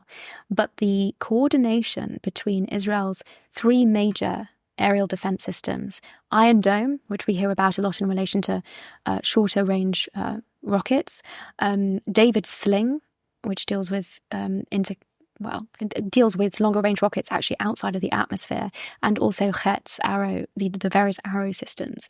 Their ability to work in conjunction with each other, both in April and just recently, is extraordinary. It's made history. Military history and technological history. And that has been an enormous game changer, because the discussion internally in Israel in terms of taking on the Iranian threat before was always in relation to the tens of thousands of Israeli civilian casualties that would be expected as a result of all of those longer range missiles being, raining down on Israeli civilian communities. And this week we learned, there was only one casualty, which was a Gazan man in the West Bank, in Jericho. It seems like the only casualty so far from the latest ballistic missile strike from Iran. Yes, I mean, one shouldn't be overly confident because, again, while I was on the way to see you here at the studio, there were red alerts across Israel. So I believe from Lebanon. So Hezbollah was continuing to fire. And their weapons caches are enormous. So their ability to communicate and to coordinate and to fire those may have been substantially impeded by things like the pager operation and the walkie-talkies and taking out Hassan Nasrallah. But there's every expectation that the threat, the latent threat is still very much there. And ultimately, this is going to take a long time and may yet be very costly to deal with properly. Yeah. I want to ask about your tour with our mutual friend, Douglas Murray. I saw you on stage with him in New York City, Manhattan at the Beacon Theatre. I thought you were phenomenal. I mean, Douglas, of course. Douglas is a wonderful, just inspirational thought leader, not just on these issues, but to see the incredible support, not just at the Beacon, but across the... So you did about a week with him? 3 weeks. 3 weeks. Oh, excuse me. Yeah. Right. Well, before we get to Douglas, I just want to flatter you, if I may. I'm English. I can't... You had fantastic questions for Douglas. Yeah. Compelling all the way through, completely engaging, and you asked all the important questions, so you were fantastic, and it really was a special evening at the Beacon Theatre, completely full, not just Douglas fans, but also your fans. And it's not surprising to see the fans you've amassed, given your being so vocal since October 7th. It was wonderful to see that celebration for Douglas, to see him getting the recognition he deserved. So I wondered what your experience was on that tour, what you learned from Douglas, what your big takeaways were. Well, it was an experience, certainly something I've never done before. We began in Fort Lauderdale, Miami. We were in DC, and then we were in LA and in New York. And actually, I used the opportunity to give quite a few other talks while I was there. So I also spoke at the United Nations at a panel on proportionality in conflict. An extraordinary opportunity in and of itself. Wow. It looked like the best room that the UN had to offer within the headquarters at the UN building. We had this incredible view of the river, and I was privileged to share a platform with Professor Alan Dershowitz, John Spencer, Andrew Fox, wow. Major Andrew Fox, Colonel Richard Kemp, and fantastic. I think it was one of the first times, certainly I remember, a real discussion about real international law, what proportionality means, and what Israel was doing on the ground, given the fact that Andrew, Richard and myself had all been on the ground in Gaza very recently. Proportionality has come up as a word from people attacking Israel. Is that why this word, I keep hearing this, we've heard this since the beginning of the conflict? We have, and it's being misused. I mean, proportionality is probably the most misrepresented aspect of international law in history. Many people refer to it as though you have to compare casualty figures on both sides, and a proportional response is one that's equal or equivalent. I mean, that's nonsense. It's not how international law works. It's also macabre to think about matters in those terms, and it would only serve, if that was the reality, would only serve to encourage Hamas to increase the civilian casualty count. Proportionality is a principle in the laws of armed conflict, and it requires a military commander to weigh up the anticipated collateral damage against the expected military advantage of a strike. So in international law, in the law of armed conflict in particular, there is a general expectation. It's very sad, but there is a general expectation that there will be civilian casualties. And the laws of armed conflict are designed to try and keep those as low as possible. And proportionality looks at the need to advance military goals. Here, in the case of Gaza, it was defeating Hamas as a political and military entity and returning the hostages. In the north of Israel, vis-a-vis Hezbollah, it's creating a situation where the 60,000 plus Israelis who have been evacuated from their homes in the north for the last 12 months are able to return home because Hezbollah is no longer firing incessantly on those communities. And when you look at the broader aims, and then you also look at individual military aims. So what is the anticipated military advantage of hitting a Hamas command center? They will no longer be able to use it to operate. Or taking out a weapons, a rocket launch facility. They won't be able to fire onto Israeli civilian communities with it. So each of those individual military advantages, which are direct and concrete, need to be weighed up against the anticipated or the expected civilian collateral damage to make sure that isn't excessive. There is no universal formula that deals with this, but I have seen the target analyses conducted by the Military Advocate General Corps, the lawyers in Israel, that go through the intelligence that has been received on each individual target and the expected civilian collateral damage, and decide on that case-by-case basis, on a strike-by-strike basis, whether that strike is proportional. That is what proportionality means. The United States and even the UK, in their analysis on proportionality and targeting under international humanitarian law, have said that they don't see Israel to be in breach of international humanitarian law. I've heard other experts go further to say no other Western moral military takes the measures that Israel does to address proportionality analysis in terms of its targeting lists, and then also in terms of the strikes that it undertakes. And that sits hand in hand with the principle of precaution, which is to keep civilian casualties as low as possible.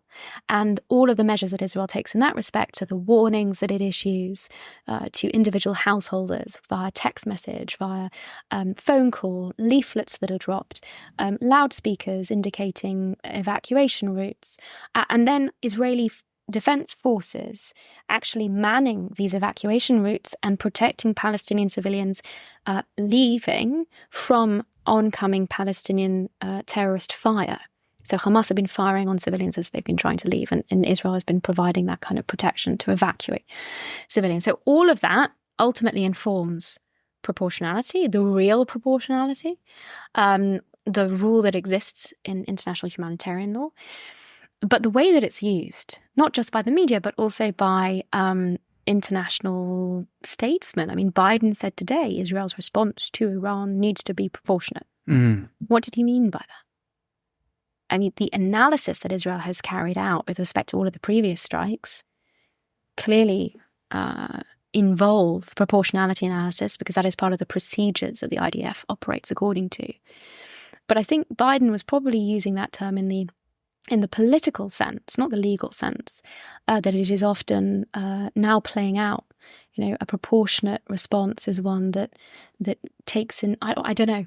Honestly, I don't think it has been defined in terms of outside of the legal context. So this discussion, you're in the belly of the beast. You're at the UN, who've been criticising in this conversation, with a panel that it seems would have generally your worldview and an agreeable panel. Am I right in thinking? I think a lot of, with the exception of, I think, Professor Dershowitz, everyone else had been on the ground in Gaza and had seen the processes that the IDF were applying. So in that respect, we were operating off the same information, and we did agree in terms of Israel's approach and processes. So, but you're there. Yes. Do you think that your message was heard by the UN and people there? I don't know how many delegates were in the audience. It was an open event, so anyone who registered was able to attend. Clearly, in terms of the rhetoric that we have been hearing from many states, you know, talking incorrectly about proportionality, it would have been a much better thing had they all attended this event and received an education in what proportionality is. But there's a much bigger battle here to be fought, which is to contend with these, you know, political terms as opposed, which are an abuse of the actual legal terminology. So the reality is, I don't know. But then I've spoken at the UN a number of times at the UN Human Rights Council in Geneva and called out the hypocrisy of the UN Human Rights Council and its criticism of Israel. And even if it doesn't end up convincing delegates, I think it's so important that the truth is aired, that criticism is voiced, and that ultimately these institutions, the United Nations, are held to account. Mm-hmm. And there are NGOs, I mean, UK Lawyers for Israel has been doing a great deal with respect to that. UN Watch is also a watchdog based in Geneva that calls out the malpractice of UN employees, in particular those of UNRWA who participated in the atrocities. It has also called out special rapporteurs. It has called out the UN Secretary General. I mean, his rhetoric has been utterly disgraceful. Utterly disgraceful. And the head of UNRWA, Philippe Lazzarini, seeking to make excuses or essentially standing on immunity for UNRWA employees so that they are not able to be not prosecuted, but at least addressed within the US legal framework on behalf of the victims of families of victims of the 7th of October is truly disgraceful. But it's all part of, unfortunately, the kind of complicity that the UN has in so much of this terrorism against the Jewish state. Mm. So that was the UN. Yeah. Back to Douglas. Yes. What can you tell us about Douglas and that experience? The Beacon, how was that for you? Look, the reaction, the atmosphere, the feedback has been utterly phenomenal, really overwhelming. And I think, certainly from my perspective, I started this to address the misrepresentations of international law, and nobody else was, at least on broadcast media, addressing the law correctly, as I could see it. So I felt a real imperative. I felt a duty. I didn't feel I had a choice. I mean, since then, I've had the opportunity to speak about many other broader issues that I feel keenly. This is a subject I've been steeped in for over 20 years. And there is an awful lot in terms of the broader misrepresentations that need to be grappled with. I've known Douglas for a big chunk of that period, over 15 years. And I've seen the incredible work that he has done on pushing back against the misrepresentations, on informing the public debate, and on dealing with extremism and terrorism. And more recently also correcting a lot of the misinformation about Israel. So it was a real honour and a real privilege to be able to, join forces with him for this. And I would say... He felt that way about you, I'm sure. Well, he kept saying so, which was very nice of him. But I think especially where the voices of truth are few and far between, it's so important to coordinate and cooperate as much as possible. From my perspective, I found that the support and enthusiasm, I don't want to say surprising, because I've also been inundated with messages from around the world for the last 12 months, which have been wonderful, and I'm concerned that I've just not been able to respond to everyone. To reiterate, appreciation for telling things as they are, for holding people to account. Again, I've never seen that as a choice. So, when people say thank you, I do find it a little because it's a duty. Yeah, because in every respect that is how I was brought up. That's what my profession stands for. It's in every respect I consider it a duty, and I see Douglas very similarly approaching his duties as a journalist, standing up for the truth, proper reporting. And he's not just done that in Israel, he's also been on the ground in Ukraine, and has been leading this fight. So I worked with Douglas at the Centre for Social Cohesion in 2009. So he's been doing this a very long time. And I know that he's certainly come to prominence more recently, very much more prominence more recently. But those of us who have followed his work for well over a decade know that there's been a consistency of approach there, which is laudable. Mm-hmm. And I hope that what we undertook the last 3 weeks across the United States will encourage more people to stand up, to educate themselves, to push back against the misrepresentations. I mean, that's been my main motivating factor, to give people the information and the confidence to address these matters for themselves. Yeah. And especially where international law is concerned, the general levels of literacy on international law are low, and people don't feel equipped to push back against the falsehoods. Yeah. And that needs to be addressed. I was thinking of a wonderful Tom Stoppard line whilst I was hearing you and Douglas speak, which this is not exactly this, but it's something like, if you get the writing is amazing, or words are amazing, because if you get the right words in the right order, you can nudge the world just that little bit. And I felt, hearing you both speaking, it's not only is it cathartic just to hear the truth when it's said sometimes, but just to even articulate it in a way that's so simple, which both of you have such talent to do. It was really, really very moving and special. And I do hope that you do more shows, and I hope that you speak with Douglas here in the UK and across the world, because I think more people need to go and see it. We've covered so much in this conversation. I actually have more questions, but maybe we should plan to do this again. Is there anything that you think that we ought to have covered, or any gaps in the wider conversation that are important for what we did cover? Well, one thing which we certainly haven't covered in detail, and I'm more than happy to come back on another occasion to address your other questions, but the situation certainly at universities here in the UK. Oh yeah. Let's talk about that. Okay, is extremely worrying. Not just because, through UK Lawyers for Israel, we've often been assisting individual students on campus and facing individual harassment and unbelievable material in the courses that are being taught that is, blatant propaganda, anti-Israel propaganda. But also the encampments, the intimidation that we have seen, the pressure on universities to supposedly divest from Israel, to cease their relationships with Israeli academic institutions. The trajectory on this is extremely troubling. And I'm going to be at the Oxford Union for a debate on the 28th of November. A lot of people have sought to warn me off that. What's the topic? What's the motion? I think it's still in the works, so that will be to It'll be be decided. on Israel. It is on Israel, and I think some of the allegations that they wanted to cover were, apartheid and genocide.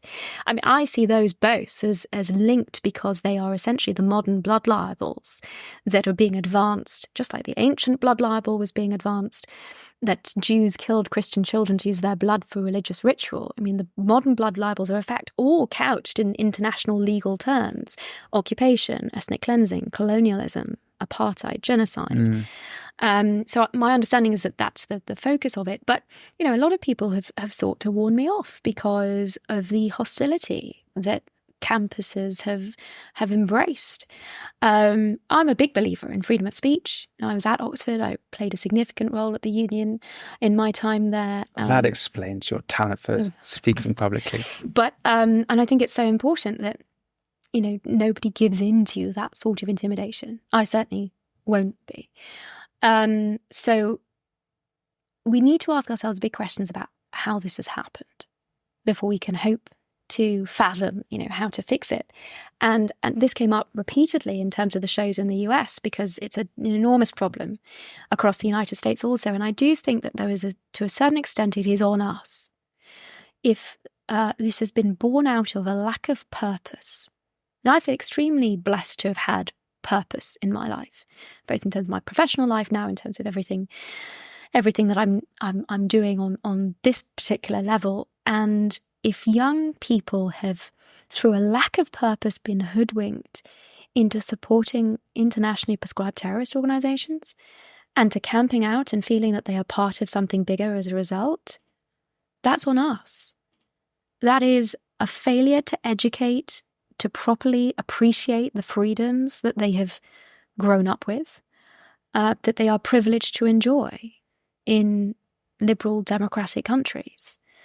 And that's a much bigger question that we probably need to unpack on a separate occasion, but it's something to be mindful of because there's been a hiatus, over the summer holidays, but universities are going back now.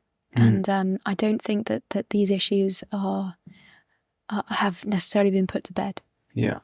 And we mentioned earlier Dr. Andreas Craig, who was the, I believe, King's College professor who went on to the BBC spouting. Extraordinary.